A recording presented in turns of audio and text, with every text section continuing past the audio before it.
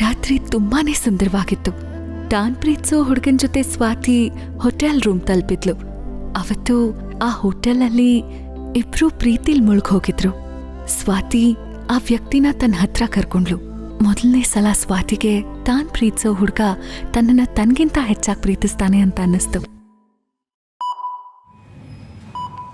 ಸ್ವಾತಿಗೆ 7 ತಿಂಗಳಾಗಿತ್ತು. ತನ್ನ ಮತ್ತೆ ಯುವಿ ಮಧ್ಯೆ ನಡೆದಿದ್ದನ್ನೆಲ್ಲ ಸ್ವಾತಿಯಿಂದ ಮರೆಯೋಕೆ ಆಗ್ತಿರ್ಲಿಲ್ಲ.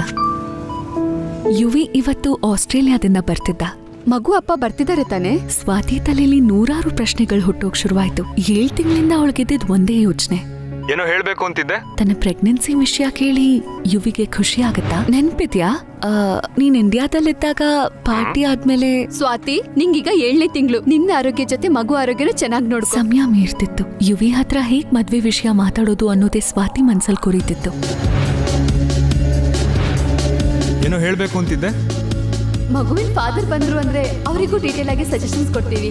ಒಬ್ಳೇ ಈ ವಿಷಯನ ಮ್ಯಾನೇಜ್ ಮಾಡೋದನ್ನ ಯೋಚನೆ ಮಾಡಿ ಸ್ವಾತಿಗೆ ತುಂಬಾ ಕಷ್ಟ ಆಗ್ತಿತ್ತು. ಅವಳು ಇವತ್ತೇ ಯುವಿ ಹತ್ರ ಎಲ್ಲಾನೂ ಹೇಳ್ಬೇಕು ಅಂತಿದ್ಲು.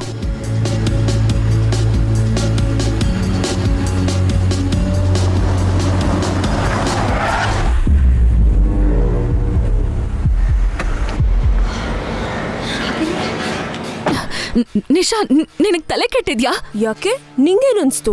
ಅಪ್ಪ ಯಾರು ಅಂತ ಗೊತ್ತಿಲ್ಲದೆ ಇರೋ ಈ ಮಗನ ಸಾಯಿಸ್ತೀನಾ? ಏನ್ ಹೇಳ್ತಿದ್ಯಾ ನೀನು? ಸ್ವಾತಿ, ನಿಂಗ್ ನಿಜವಾಗ್ಲೂ ಅನ್ಸುತ್ತಾ ನೀನ್ ಅವತ್ ರಾತ್ರಿ ಯುವಿ ಜೊತೆ ಇದ್ದೆ ಅಂತ? ಕುಡಿದ್ ನಶೆಲಿ ಬೇರೆ ಯಾರ ಜೊತೆನೋ ಬೆಡ್ ಶೇರ್ ಮಾಡಿ ಈ ಮಗುಗ್ ತಾಯಿಯಾಗಿ ಯುವಿನೇ ತಂದೆ ಅಂತ ಹೇಗ್ ಹೇಳ್ತ್ಯಾ? ನಿಶಾ, ನೀನ್ ಏನ್? Swati, just stay away from Yuvraj. Nisha ಮಾತ್ ಕೇಳಿ ಸ್ವಾತಿಗೆ ಬಹಳಾನೇ ಬೇಜಾರಾಯ್ತು. ನಿಶಾ ಹೇಳಿದ್ದೆಲ್ಲ ಸತ್ಯನಾ? ಹಾಗಾದ್ರೆ ಸ್ವಾತಿ ಅವತ್ತು ಯುವಿ ಜೊತೆ ಇರ್ಲಿಲ್ವಾ? ಅಂದ್ಮೇಲೆ ಅವತ್ತವಳ ಜೊತೆ ಇದ್ದ ಆ ವ್ಯಕ್ತಿ ಯಾರು? ಆ ಮಗುವಿನ ಭವಿಷ್ಯ ಏನಾಗಬಹುದು? ಸ್ವಾತಿ ತುಂಬಾ ಖುಷಿಯಿಂದ ತನ್ನನ್ನ ತಾನು ಕನ್ನಡಿಲಿ ನೋಡ್ತಾ ಇದ್ಲು. ಆ ಗುಡ್ ನ್ಯೂಸ್ನ ಯುವಿ ಜೊತೆ ಆದಷ್ಟು ಬೇಗ ಶೇರ್ ಮಾಡಬೇಕು ಅಂತ ಎಕ್ಸೈಟೆಡ್ ಆಗಿದ್ಲು. ಈ ವಿಷಯ ಗೊತ್ತಾದ್ರೆ ಯುವಿ ಎಷ್ಟು ಖುಷಿ ಪಡ್ತಾನೆ. ನೆನ್ಸ್ಕೊಂಡ್ರೆ ಸ್ವಾತಿಗೆ ನಗು ಬರ್ತಿತ್ತು, ಜೊತೆಗೆ ಚೂರು ಸಂಕೋಚನೂ ಆಗ್ತಿತ್ತು. ಯಾಕೆಂದ್ರೆ ಇದೆಲ್ಲ ಇಷ್ಟು ಬೇಗ ಇಷ್ಟು ಅನ್ಎಕ್ಸ್ಪೆಕ್ಟೆಡ್ ಆಗಿ ಆಗುತ್ತೆ ಅಂತ ಅವಳು ಅನ್ಕೊಂಡಿರ್ಲಿಲ್ಲ. ಯುವಿಗೆ ಇವಾಗ್ಲೇ ಈ ವಿಷಯ ಹೇಳೋಣ ಅಂತ ಡಯಲ್ ಮಾಡಿ ಟೈಮ್ ನೋಡ್ದಾಗ್ಲೇ ನೆನಪಾಗಿದ್ದು ಆಸ್ಟ್ರೇಲಿಯಾದಲ್ಲಿ ಇವಾಗ ರಾತ್ರಿ ಆಗಿರುತ್ತೆ, ಯುವಿ ಇಷ್ಟೊತ್ತಿಗೆ ಮಲ್ಗಿರ್ತಾನೆ ಅಂತ. ಕಾಲ್ ಕಟ್ ಮಾಡಿ ಸ್ವಾತಿ ಸ್ವಲ್ಪ ಹೊತ್ತು ತನ್ನ ಮತ್ತೆ ಯುವಿ ಫೋಟೋಸ್ನ ನೋಡಿದ್ಲು. ಆದ್ರೆ ಅವಳಿಗೆ ಮತ್ತೆ ಅದೇ ಯೋಚನೆ. ಯುವಿಗೆ ಕಾಲ್ ಮಾಡಿದ್ಲು. ಅವಳ ಫೋನ್ನ ರಿಸೀವ್ ಮಾಡ್ದ ಯುವಿ ನಿದ್ದೆಲೆ, ಹಲೋ ಸ್ವಾತಿ, ಇಷ್ಟು ಹೊತ್ತಲ್ಲಿ ಫೋನ್ ಮಾಡಿದ್ಯಾ? ಎಲ್ಲ ಓಕೆನಾ ಅಂತ ಕೇಳ್ದ. ಆಗ ಸ್ವಾತಿ ಖುಷಿಲಿ, Yuvi, I am so happy. ಈ ವಿಷಯ ಕೇಳಿದ್ರೆ ನೀನು ಅಷ್ಟೇ ಖುಷಿ ಆಗ್ತೀಯ. ಒಂದು ಗುಡ್ ನ್ಯೂಸ್ ಇದೆ, ಐ ಆಮ್ ಪ್ರೆಗ್ನೆಂಟ್. ನಂಗೆ ಸ್ವಲ್ಪ ಟೈಮಿಂದ ಪೀರಿಯಡ್ಸ್ ಪ್ರಾಬ್ಲಮ್ ಇತ್ತು. ಆದ್ರೆ ಇವತ್ತು ಡಾಕ್ಟರ್ ಹತ್ರ ಹೋದಾಗ್ಲೇ ಗೊತ್ತಾಗಿದ್ದು ನನ್ಗೆ ಆಗ್ಲೇ 7 months ಅಂತ. ಸ್ವಲ್ಪ ಬೇಬಿ ಬಂಪ್ ಕೂಡ ಬಂದಿದೆ. ನನ್ಗಿದು ಗೊತ್ತೇ ಆಗ್ಲಿಲ್ಲ. ನಾನೆಷ್ಟು ದಡ್ಡಿ ಅಲ್ವಾ? ಸ್ವಾತಿ ಎಷ್ಟು ಖುಷಿಯಾಗಿದ್ಲು ಅಂದ್ರೆ ಒಂದೇ ಉಸಿರಲ್ಲಿ ಅದನ್ನೆಲ್ಲ ಹೇಳಿದ್ಲು. ಅದೇ ಖುಷಿಯಿಂದ ಯುವಿ, ವಾವ್, ಕಂಗ್ರ್ಯಾಚುಲೇಷನ್ಸ್ ಸ್ವಾತಿ. ಹೌದು, ನೀನ್ ತುಂಬಾ ದಡ್ಡಿನೇ, ಬಟ್ ಇಟ್ಸ್ ಗುಡ್ ನ್ಯೂಸ್ ಅಂತ ಹೇಳ್ದ. ಸ್ವಾತಿ ಪ್ರೀತಿಯಿಂದ ನಗ್ತಾ, ನಿಂಗು ಕಂಗ್ರಾಟ್ಸ್ ಯುವಿ ಅಂದ್ಲು. ಸ್ವಾತಿಯ ಮಾತನ್ನ ಕೇಳಿ ಯುವಿ ಕನ್ಫ್ಯೂಸ್ ಆಗಿ, ನನ್ಗ್ಯಾಕ್ ಕಂಗ್ರಾಟ್ಸ್ ಹೇಳ್ತಿದೀಯ ಅಂತ ಕೇಳ್ದ. ಆದ್ರೆ ಸ್ವಾತಿ ನಗ್ತಾನೆ, ಯುವಿ, ನೀನು ಸ್ವಲ್ಪನೂ ಬದಲಾಗಿಲ್ಲ, ಇಂಥ ವಿಷಯದಲ್ಲಿ ತಮಾಷೆ ಮಾಡಬಾರ್ದು ಅಂತ ಹೇಳಿದ್ಲು. ಅದಕ್ಕವನು, ಎಂತ ವಿಷಯದಲ್ಲಿ ಸ್ವಾತಿ? ನೀನ್ ಏನ್ ಹೇಳ್ತಿದ್ಯಾ? ನಂಗ್ ಗೊತ್ತಾಗ್ತಿಲ್ಲ ಅಂತ ಹೇಳ್ದ. ಸ್ವಾತಿ ತುಂಬಾ ನಾಚಿಕೆಯಿಂದಾನೆ, ನಾವಿಬ್ರು ತಂದೆ ತಾಯಿ ಆಗ್ತಿದೀವಿ ಅಂದ್ಲು. ಸ್ವಾತಿ, ನಿಂಗೇನಾದ್ರೂ ಹುಚ್ಚಿಡ್ದಿದ್ಯಾ? ನಾನ್ ಯಾಕೆ ಈ ಮಗುಗ್ ತಂದೆ ಆಗ್ತೀನಿ? ಚಾನ್ಸೇ ಇಲ್ಲ. ಯುವಿಗೆ ಒಂದು ಕ್ಷಣ ಶಾಕ್ ಆದ್ರೂ ತುಂಬಾ ಸೀರಿಯಸ್ ಆಗಿ ಹೇಳ್ದ. ಯಾಕಿಲ್ಲ ಯುವಿ, ನೀನು ಆಸ್ಟ್ರೇಲಿಯಾಗೆ ಹೋಗೋ ಮುಂಚೆ ನಾವು ಪಾರ್ಟಿ ಮಾಡಿದ ಆ ರಾತ್ರಿ ಅವತ್ ಏನಾಯ್ತು ಅಂತ ನೆನ್ಪಿಲ್ವಾ ನಿಂಗೆ? ಸ್ವಾತಿಗಿಂತ ಜಾಸ್ತಿ ಯುವಿ ಶಾಕ್ ಆಗಿದ್ದ. ಯಾವ ರಾತ್ರಿ ಸ್ವಾತಿ? ನಿನ್ ಜೊತೆ ನಾನ್ ಯಾವ ರಾತ್ರಿನೂ ಇಲ್ಲ. ಸ್ವಾತಿ ಕಣ್ಣಿಂದ ಒಂದೊಂದೇ ಹನಿ ನೀರು ಜಾರ್ತಾ ಇತ್ತು. ಆದ್ರೂ ಸಮಾಧಾನವಾಗಿ, ಯುವಿ, ನಿಂಗ್ ನೆನ್ಪಿಲ್ವಾ ಆ ರಾತ್ರಿ ನೀನು ನಂಗೆ ಐ ಲವ್ ಯು ಅಂದಿದ್ದು? ನಾವಿಬ್ರು ರಾತ್ರಿ ಪೂರ್ತಿ ಒಟ್ಟಿಗೆ ಇದ್ದಿದ್ದು? ಪ್ಲೀಸ್ ನಿಲ್ಸು ಸ್ವಾತಿ, ನಿಂಗ್ ನಿಜವಾಗ್ಲೂ ತಲೆ ಕೆಟ್ಟಿದೆ. ನಂಗ ಆ ತರ ಯಾವ ರಾತ್ರಿನೂ ನೆನ್ಪಿಲ್ಲ. ಈ ಮಗು ನಂದಲ್ಲ. ಅದು ಅಲ್ದೆ ನಾನ್ ಯಾಕೆ ನಿಂಗೆ ಐ ಲವ್ ಯು ಅಂತ ಹೇಳಿ? ನಾವಿಬ್ರು ಒಳ್ಳೆ ಫ್ರೆಂಡ್ಸ್ ಅಷ್ಟೇ ಅಂತ ಯುವಿ ಸಿಟ್ಟಲ್ಲಿ ಜೋರಾಗಿ ಹೇಳ್ದ. ಆಗ್ಲೇ ದೂರದಲ್ಲಿ ಇನ್ನೊಂದು ಹೆಣ್ಣಿನ ಧ್ವನಿ ಕೇಳಿಸ್ತು. ಚಿನ್ನು, ಯಾರದು? ಸ್ವಾತಿ ಕಾಲ್ ಮಾಡ್ರದಾ? ತಕ್ಷಣ ಕಾಲ್ ಡಿಸ್ಕನೆಕ್ಟ್ ಆಯ್ತು. ಸ್ವಾತಿ ಇನ್ನೂ ಅಳ್ತಾನೇ ಇದ್ಲು. ಯುವಿ ಹೀಗ್ ಮಾತಾಡ್ದ ಅಂತ ಅವಳಿಗೆ ನಂಬಕ್ಕೆ ಆಗ್ತಿರ್ಲಿಲ್ಲ. ಕನ್ನಡಿಲಿ ಮತ್ತೆ ತನ್ನನ್ನ ನೋಡ್ಕೊಂಡು, ಬರೀ ಫ್ರೆಂಡ್ಸ್ ಹಾಗ್ಯಾಕೆ ಹೇಳ್ದ? ಯುವಿ ಯಾಕೆ ಹೀಗಾಡ್ತಿದ್ದಾನೆ? ಅವನಿಗೆ ನಿಜವಾಗ್ಲೂ ಏನೂ ನೆನ್ಪಿಲ್ವಾ? ಅಂಡ್ ಅಲ್ಲಿ ಆಸ್ಟ್ರೇಲಿಯಾದಲ್ಲಿ ಅವನ ಜೊತೆ ಇರೋದ್ಯಾರು? ಅವಳಿಗೆ ನನ್ನ ಬಗ್ಗೆ ಹೇಗ್ ಗೊತ್ತು? ಇದನ್ನೆಲ್ಲ ಯೋಚನೆ ಮಾಡಿ ಸ್ವಾತಿಗೆ ತಲೆ ಸಿಡೀತಿತ್ತು. ಬೆಳಿಗ್ಗೆ ಪ್ರೆಗ್ನೆಂಟ್ ಅಂತ ಗೊತ್ತಾದಾಗ ಸ್ವಾತಿ ಆಕಾಶದಲ್ಲಿ ತೇಲ್ತಾ ಇದ್ಲು. ಮುಂದೆ ಹುಟ್ಟೋ ಮಗು ಬಗ್ಗೆ, ತಾನು ಯುವಿ ಮತ್ತೆ ಮಗು ಜೊತೆ ಖುಷಿಯಾಗಿ ಇರೋ ಬಗ್ಗೆ ಅವಳು ಕನ್ಸ್ ಕಾಣ್ತಿದ್ಲು. ಆದ್ರೆ ಇವಾಗ ಆ ಕನ್ಸೆಲ್ಲ ಚೂರಾಗಿತ್ತು. ಆ ರಾತ್ರಿ ನಾನು ಯುವಿ ಪ್ರೀತಿಲ್ ಮುಳುಗಿದ್ವಿ. ಅಂಥದ್ರಲ್ಲಿ ಯುವಿ ಹೇಗೆ ತಾನು ಮಗು ತಂದೆ ಅಲ್ಲ ಅಂತ ಹೇಳ್ತಾನೆ? ಅವನು ಯಾವತ್ತೂ ಹೀಗೆ ನಡ್ಕೊಂಡಿರ್ಲಿಲ್ಲ ಅಂದ್ಕೊಂಡು ದುಃಖದಿಂದ ಸ್ವಾತಿ ತನ್ನ ಕೋಟ್ ತಗೊಂಡು ಮನೆಯಿಂದ ಆಚೆ ಬಂದ್ಲು. ಆಚೆ ತುಂಬಾ ಕತ್ಲು. ಅಪಾರ್ಟ್ಮೆಂಟ್ನಿಂದ ಆಚೆ ಬಂದು ರೋಡ್ನಲ್ಲಿ ನಡೆಯೋಕೆ ಶುರು ಮಾಡಿದ್ಲು. ಅವಳು ಹಾಗೆ ನಡೀತಾ ಇದ್ರೆ ದುಃಖದಿಂದ ಕಣ್ಣೀರು ಜಾಸ್ತಿ ಆಗ್ತಾನೆ ಇತ್ತು. ಯುವಿ ಆ ರಾತ್ರಿನ ಹೇಗ್ ಮರಿತಾನೆ? ಸ್ವಾತಿಗೆ ಆ ರಾತ್ರಿ ಆಗಿದ್ದೆಲ್ಲ ಕಣ್ಮುಂದೆನೆ ಬರೋದಕ್ ಶುರು ಆಯ್ತು. ಆ ರಾತ್ರಿ ಆ ರೂಮಲ್ಲಿ ಇಬ್ರು ತುಂಬಾನೇ ಹತ್ರ ಇದ್ರು. ಯುವಿ ಉಸಿರು ತಾಕ್ತಾ ಇದ್ರೆ ಸ್ವಾತಿ ಕರಗ್ ಹೋಗಿದ್ಲು. ಆವಾಗ್ಲೇ ಯುವಿ ಅವಳ ಕಿವಿ ಹತ್ರ ಐ ಲವ್ ಯು ಸ್ವಾತಿ ಅಂತ ಹೇಳಿದ್ದು. ನಂತರ ಇಬ್ರು ಪ್ರೀತಿಲಿ ಮುಳುಗೋದ್ರು. ಆ ರಾತ್ರಿ ಒಬ್ರನ್ನೊಬ್ರು ಬಿಟ್ಟಿರ್ಲಿಲ್ಲ. ಸ್ವಾತಿ ಆ ಸುಸ್ತಲ್ಲೇ ನಿದ್ದೆಗ್ ಜಾರಿದ್ಲು. ಐ ಲವ್ ಯು ಅಂತ ಯುವಿ ಹೇಳಿದ್ನ ನೆನ್ಸ್ಕೊಂಡು ಸ್ವಾತಿಗೆ ತಲೆ ಚಿಟ್ ಹಿಡ್ದಂಗಾಯ್ತು. ಅಲ್ಲೇ ಜೋರಾಗಿ ಕಿರ್ಚ್ಬೇಕು ಅನ್ನಿಸ್ತು.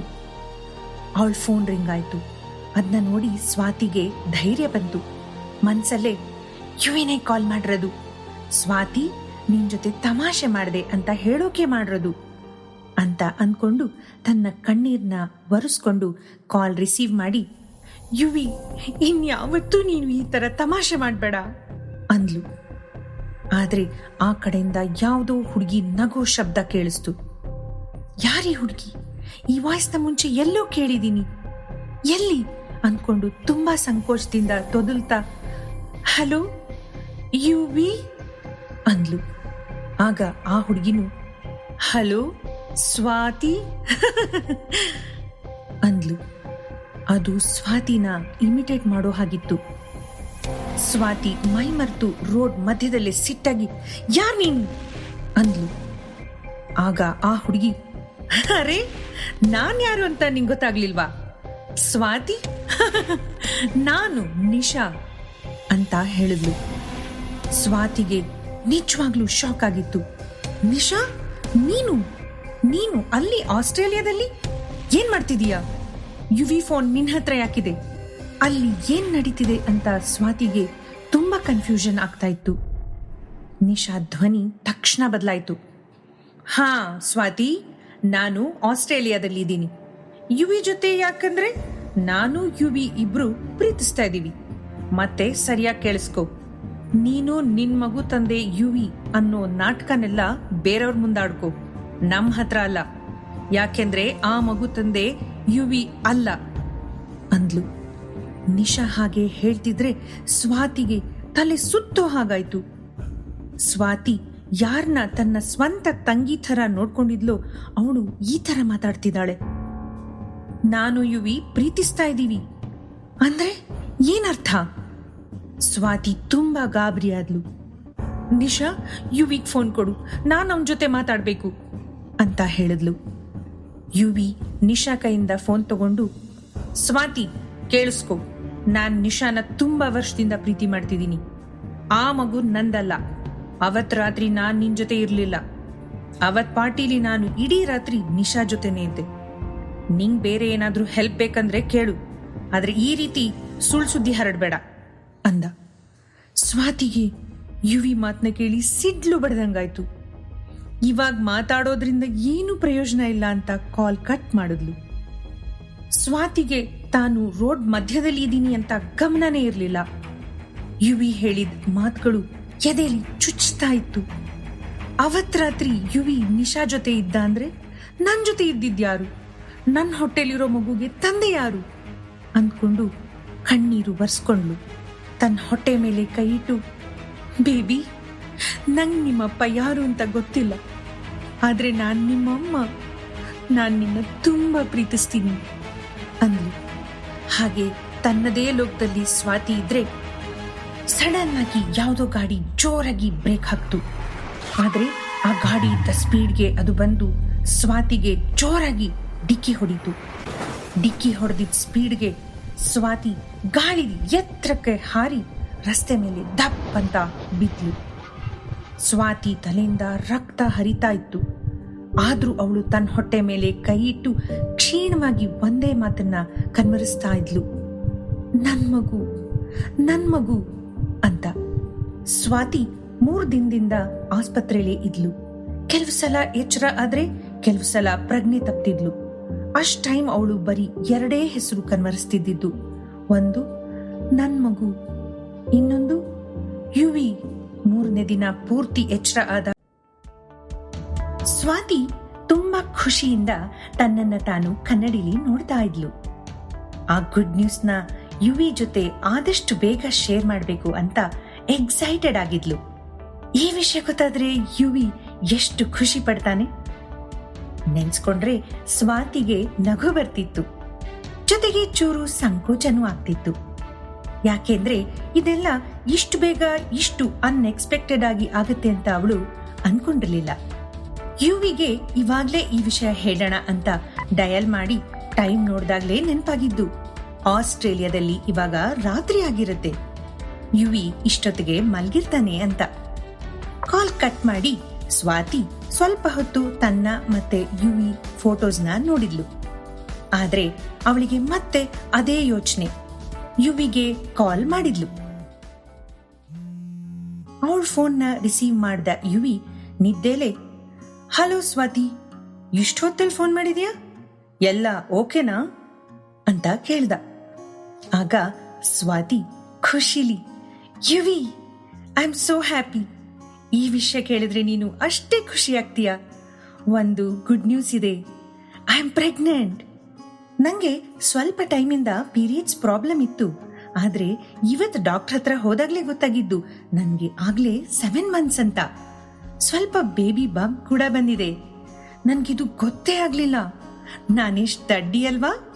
ಸ್ವಾತಿ ಎಷ್ಟು ಖುಷಿಯಾಗಿದ್ಲು ಅಂದ್ರೆ ಒಂದೇ ಉಸಿರಲ್ಲಿ ಅದನ್ನೆಲ್ಲ ಹೇಳಿದ್ಲು. ಅದೇ ಖುಷಿಯಿಂದ ಯುವಿ, ವಾವ್, ಕಂಗ್ರ್ಯಾಚುಲೇಷನ್ಸ್ ಸ್ವಾತಿ. ಹೌದು, ನೀನ್ ತುಂಬಾ ದಡ್ಡಿನೇ, ಬಟ್ ಇಟ್ಸ್ ಗುಡ್ ನ್ಯೂಸ್ ಅಂತ ಹೇಳ್ದ. ಸ್ವಾತಿ ಪ್ರೀತಿಯಿಂದ ನಗ್ತಾ, ನಿಂಗೂ ಕಂಗ್ರಾಟ್ಸ್ ಯುವಿ ಅಂದ್ಲು. ಸ್ವಾತಿಯ ಮಾತನ್ನ ಕೇಳಿ ಯುವಿ ಕನ್ಫ್ಯೂಸ್ ಆಗಿ, ನನ್ಗ್ಯಾಕ್ ಕಂಗ್ರಾಟ್ಸ್ ಹೇಳ್ತಿದೀಯಾ ಅಂತ ಕೇಳ್ದ. ಆದ್ರೆ ಸ್ವಾತಿ ನಗ್ತಾನೆ, ಯುವಿ, ನೀನು ಸ್ವಲ್ಪನೂ ಬದಲಾಗಿಲ್ಲ, ಇಂಥ ವಿಷಯದಲ್ಲಿ ತಮಾಷೆ ಮಾಡಬಾರ್ದು ಅಂತ ಹೇಳಿದ್ಲು. ಅದಕ್ಕವನು, ಎಂತ ವಿಷಯದಲ್ಲಿ ಸ್ವಾತಿ? ನೀನ್ ಏನ್ ಹೇಳ್ತಿದ್ಯಾ? ನಂಗ್ ಗೊತ್ತಾಗ್ತಿಲ್ಲ ಅಂತ ಹೇಳ್ದ. ಸ್ವಾತಿ ತುಂಬಾ ನಾಚಿಕೆಯಿಂದಾನೆ, ನಾವಿಬ್ರು ತಂದೆ ತಾಯಿ ಆಗ್ತಿದ್ದೀವಿ ಅಂದ್ಲು. ಸ್ವಾತಿ, ನಿಂಗೇನಾದ್ರೂ ಹುಚ್ಚಿಡ್ದಿದ್ಯಾ? ನಾನ್ ಯಾಕೆ ಈ ಮಗುಗ್ ತಂದೆ ಆಗ್ತೀನಿ?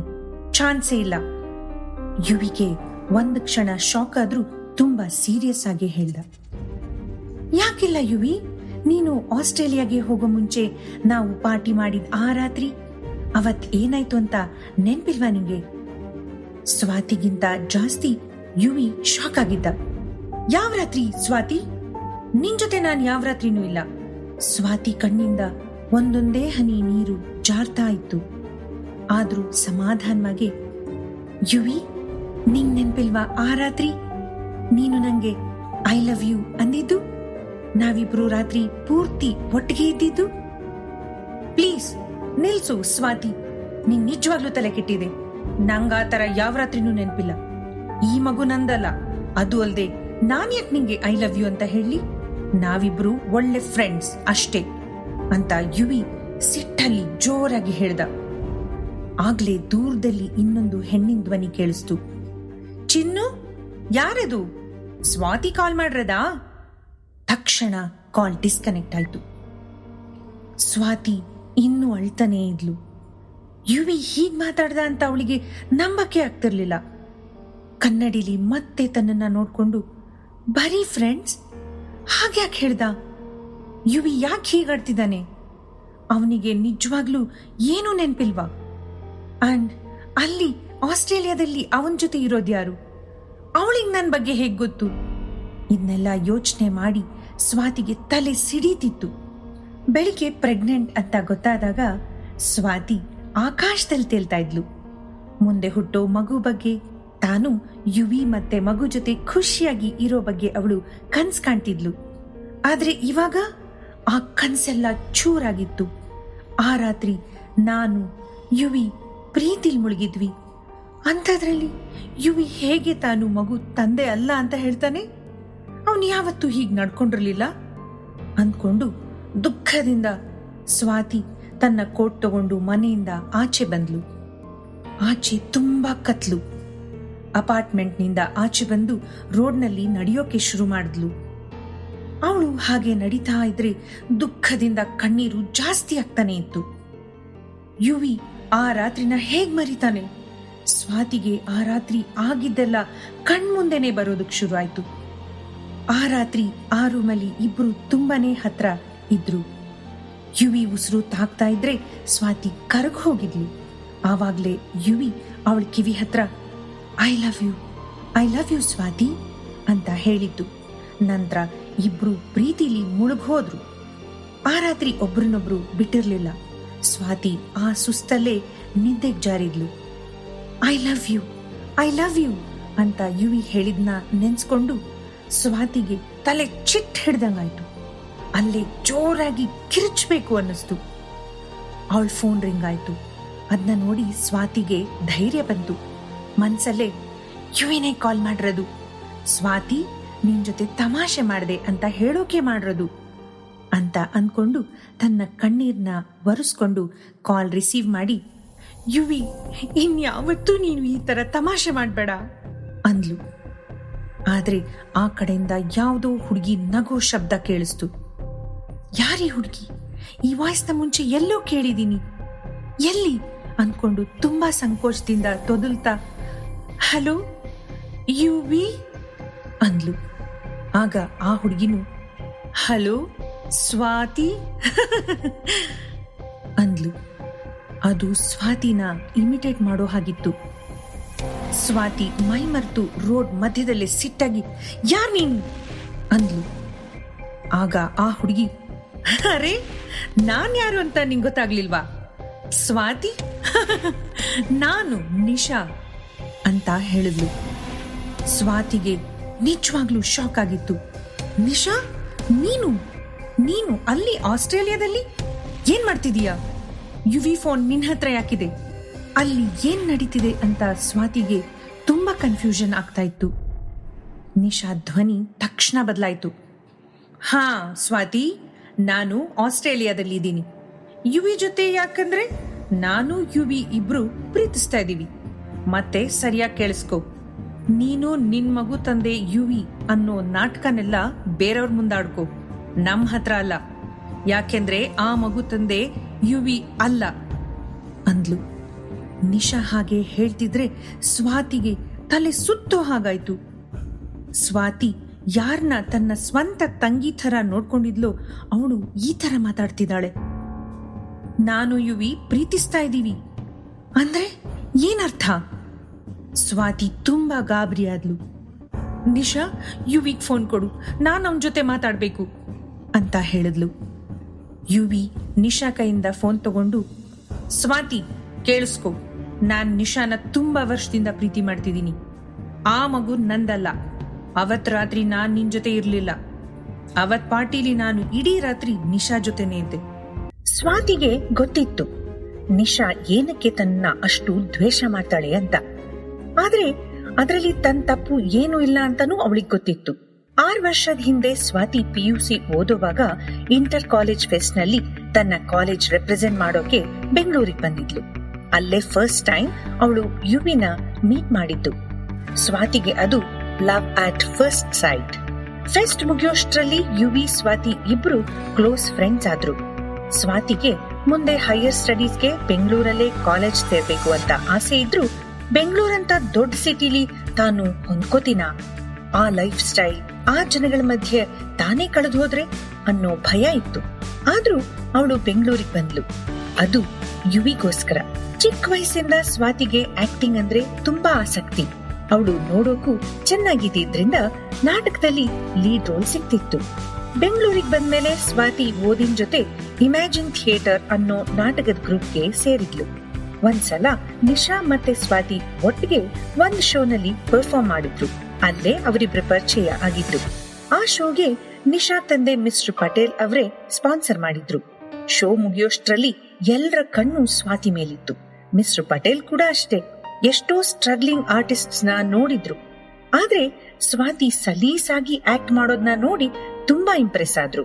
ಸ್ವಾತಿ ಏನಾದ್ರೂ ನಿಶಾ ಜೊತೆಗೆ ಇದ್ರೆ ನಮ್ಮ ನಿಶಾ ಕೂಡ ಚೆನ್ನಾಗಿ ಆಕ್ಟಿಂಗ್ ಕಲಿತಾಳೆ ಅನ್ನೋ ಯೋಚನೆ ಪಟೇಲ್ ಅವರಿಗೆ ಶುರು ಆಯ್ತು. ಶೋ ಮುಗಿದ್ಮೇಲೆ ಮಿಸ್ಟರ್ ಪಟೇಲ್ ಸ್ವಾತಿ ಹತ್ರ ಬಂದು, ಸ್ವಾತಿ, ನಿಂಗ್ ಗೊತ್ತಿರೋ ಹಾಗೆ ಬೆಂಗಳೂರಂತ ದೊಡ್ಡ ಸಿಟಿಲಿ ಬದುಕೋದು ತುಂಬಾನೇ ಕಷ್ಟ.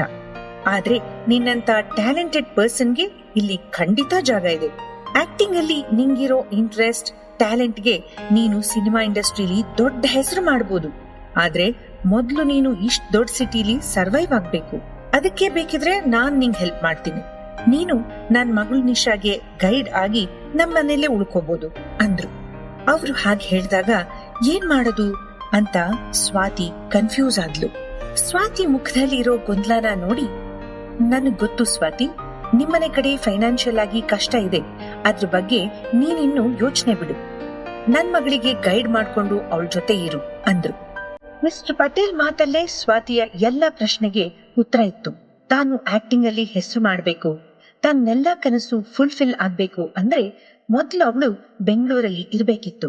ಜೊತೆಗೆ ಅವಳಿಗೆ ಗೊತ್ತಿತ್ತು ಅಲ್ಲೇ ಇದ್ರೆ ಯುವಿಗೆ ಇನ್ನೂ ಹತ್ರ ಆಗ್ಬೋದು ಅಂತ. ಅದಕ್ಕೆ ಮಿಸ್ಟರ್ ಪಟೇಲ್ ಮಾತಿಗೆ ಒಪ್ಪಿದ್ಲು. ಹೊಸ ಫ್ಯಾಮಿಲಿ, ಹೊಸ ಜಾಗಕ್ಕೆ ಸ್ವಾತಿ ತುಂಬಾ ಬೇಗ ಅಡ್ಜಸ್ಟ್ ಆಗ್ಲು. ಅವಳಿಗೆ ಅವಳ ಕನ್ಸು, ಅವಳ ಪ್ರೀತಿ ಎಲ್ಲಾನು ಈಡೇರಿಸ್ಕೋಬೇಕಿತ್ತು. ದಿನ ಕಳೆದ ಹಾಗೆ ಸ್ವಾತಿಗೆ ದೊಡ್ಡ ಜನರ ಪರಿಚಯ ಆಗ್ತಿತ್ತು. ದೊಡ್ಡ ಅವಕಾಶನೂ ಸಿಗ್ತಾ ಹೋಯ್ತು. ಯುವಿನು ಸ್ವಾತಿನ ಪದೇ ಪದೇ ಮೀಟ್ ಮಾಡ್ತಿದ್ದ. ಇದರಿಂದ ಯುವಿನು ಮಿಸ್ಟರ್ ಪಟೇಲ್ ಫ್ಯಾಮಿಲಿಗೆ ಜಾಸ್ತಿ ಹತ್ರ ಆದ. ಆಗ್ಲೇ ನಿಶಾಗೆ ಸ್ವಾತಿ ಮೇಲೆ ದ್ವೇಷ ಬಂದಿತ್ತು. ನಿಶಾ ಸ್ವಾತಿ ಬರೋ ಮುಂಚೆ ಅವಳ ತಂದೆಯ ಮುದ್ದಿನ ಮಗಳಾಗಿ ರಾಣಿ ತರ ಇದ್ಲು. ಆದ್ರೆ ಇವಾಗ ಪ್ರತಿಯೊಂದು ಮಾತಿಗೂ ಸ್ವಾತಿನ ನೋಡಿ ಕಲಿ ಅಂತ ಅಪ್ಪ ಹೇಳೋಕೆ ಶುರು ಮಾಡಿದ್ರು. ತನ್ನ ಮನೆಯಲ್ಲೇ ತನಗೆ ಇಂಪಾರ್ಟೆನ್ಸ್ ಇಲ್ಲ ಅನ್ಸೋಕೆ ಶುರು ಆಯ್ತು. ಇದಕ್ಕೆಲ್ಲ ಕಾರಣ ಸ್ವಾತಿನೇ. ಅವಳು ನನ್ನಿಂದ ನನ್ನ ತಂದೆ ಪ್ರೀತಿ, ಅವಕಾಶನ ಕಿತ್ಕೋತಿದ್ದಾಳೆ ಅನ್ಸ್ತು.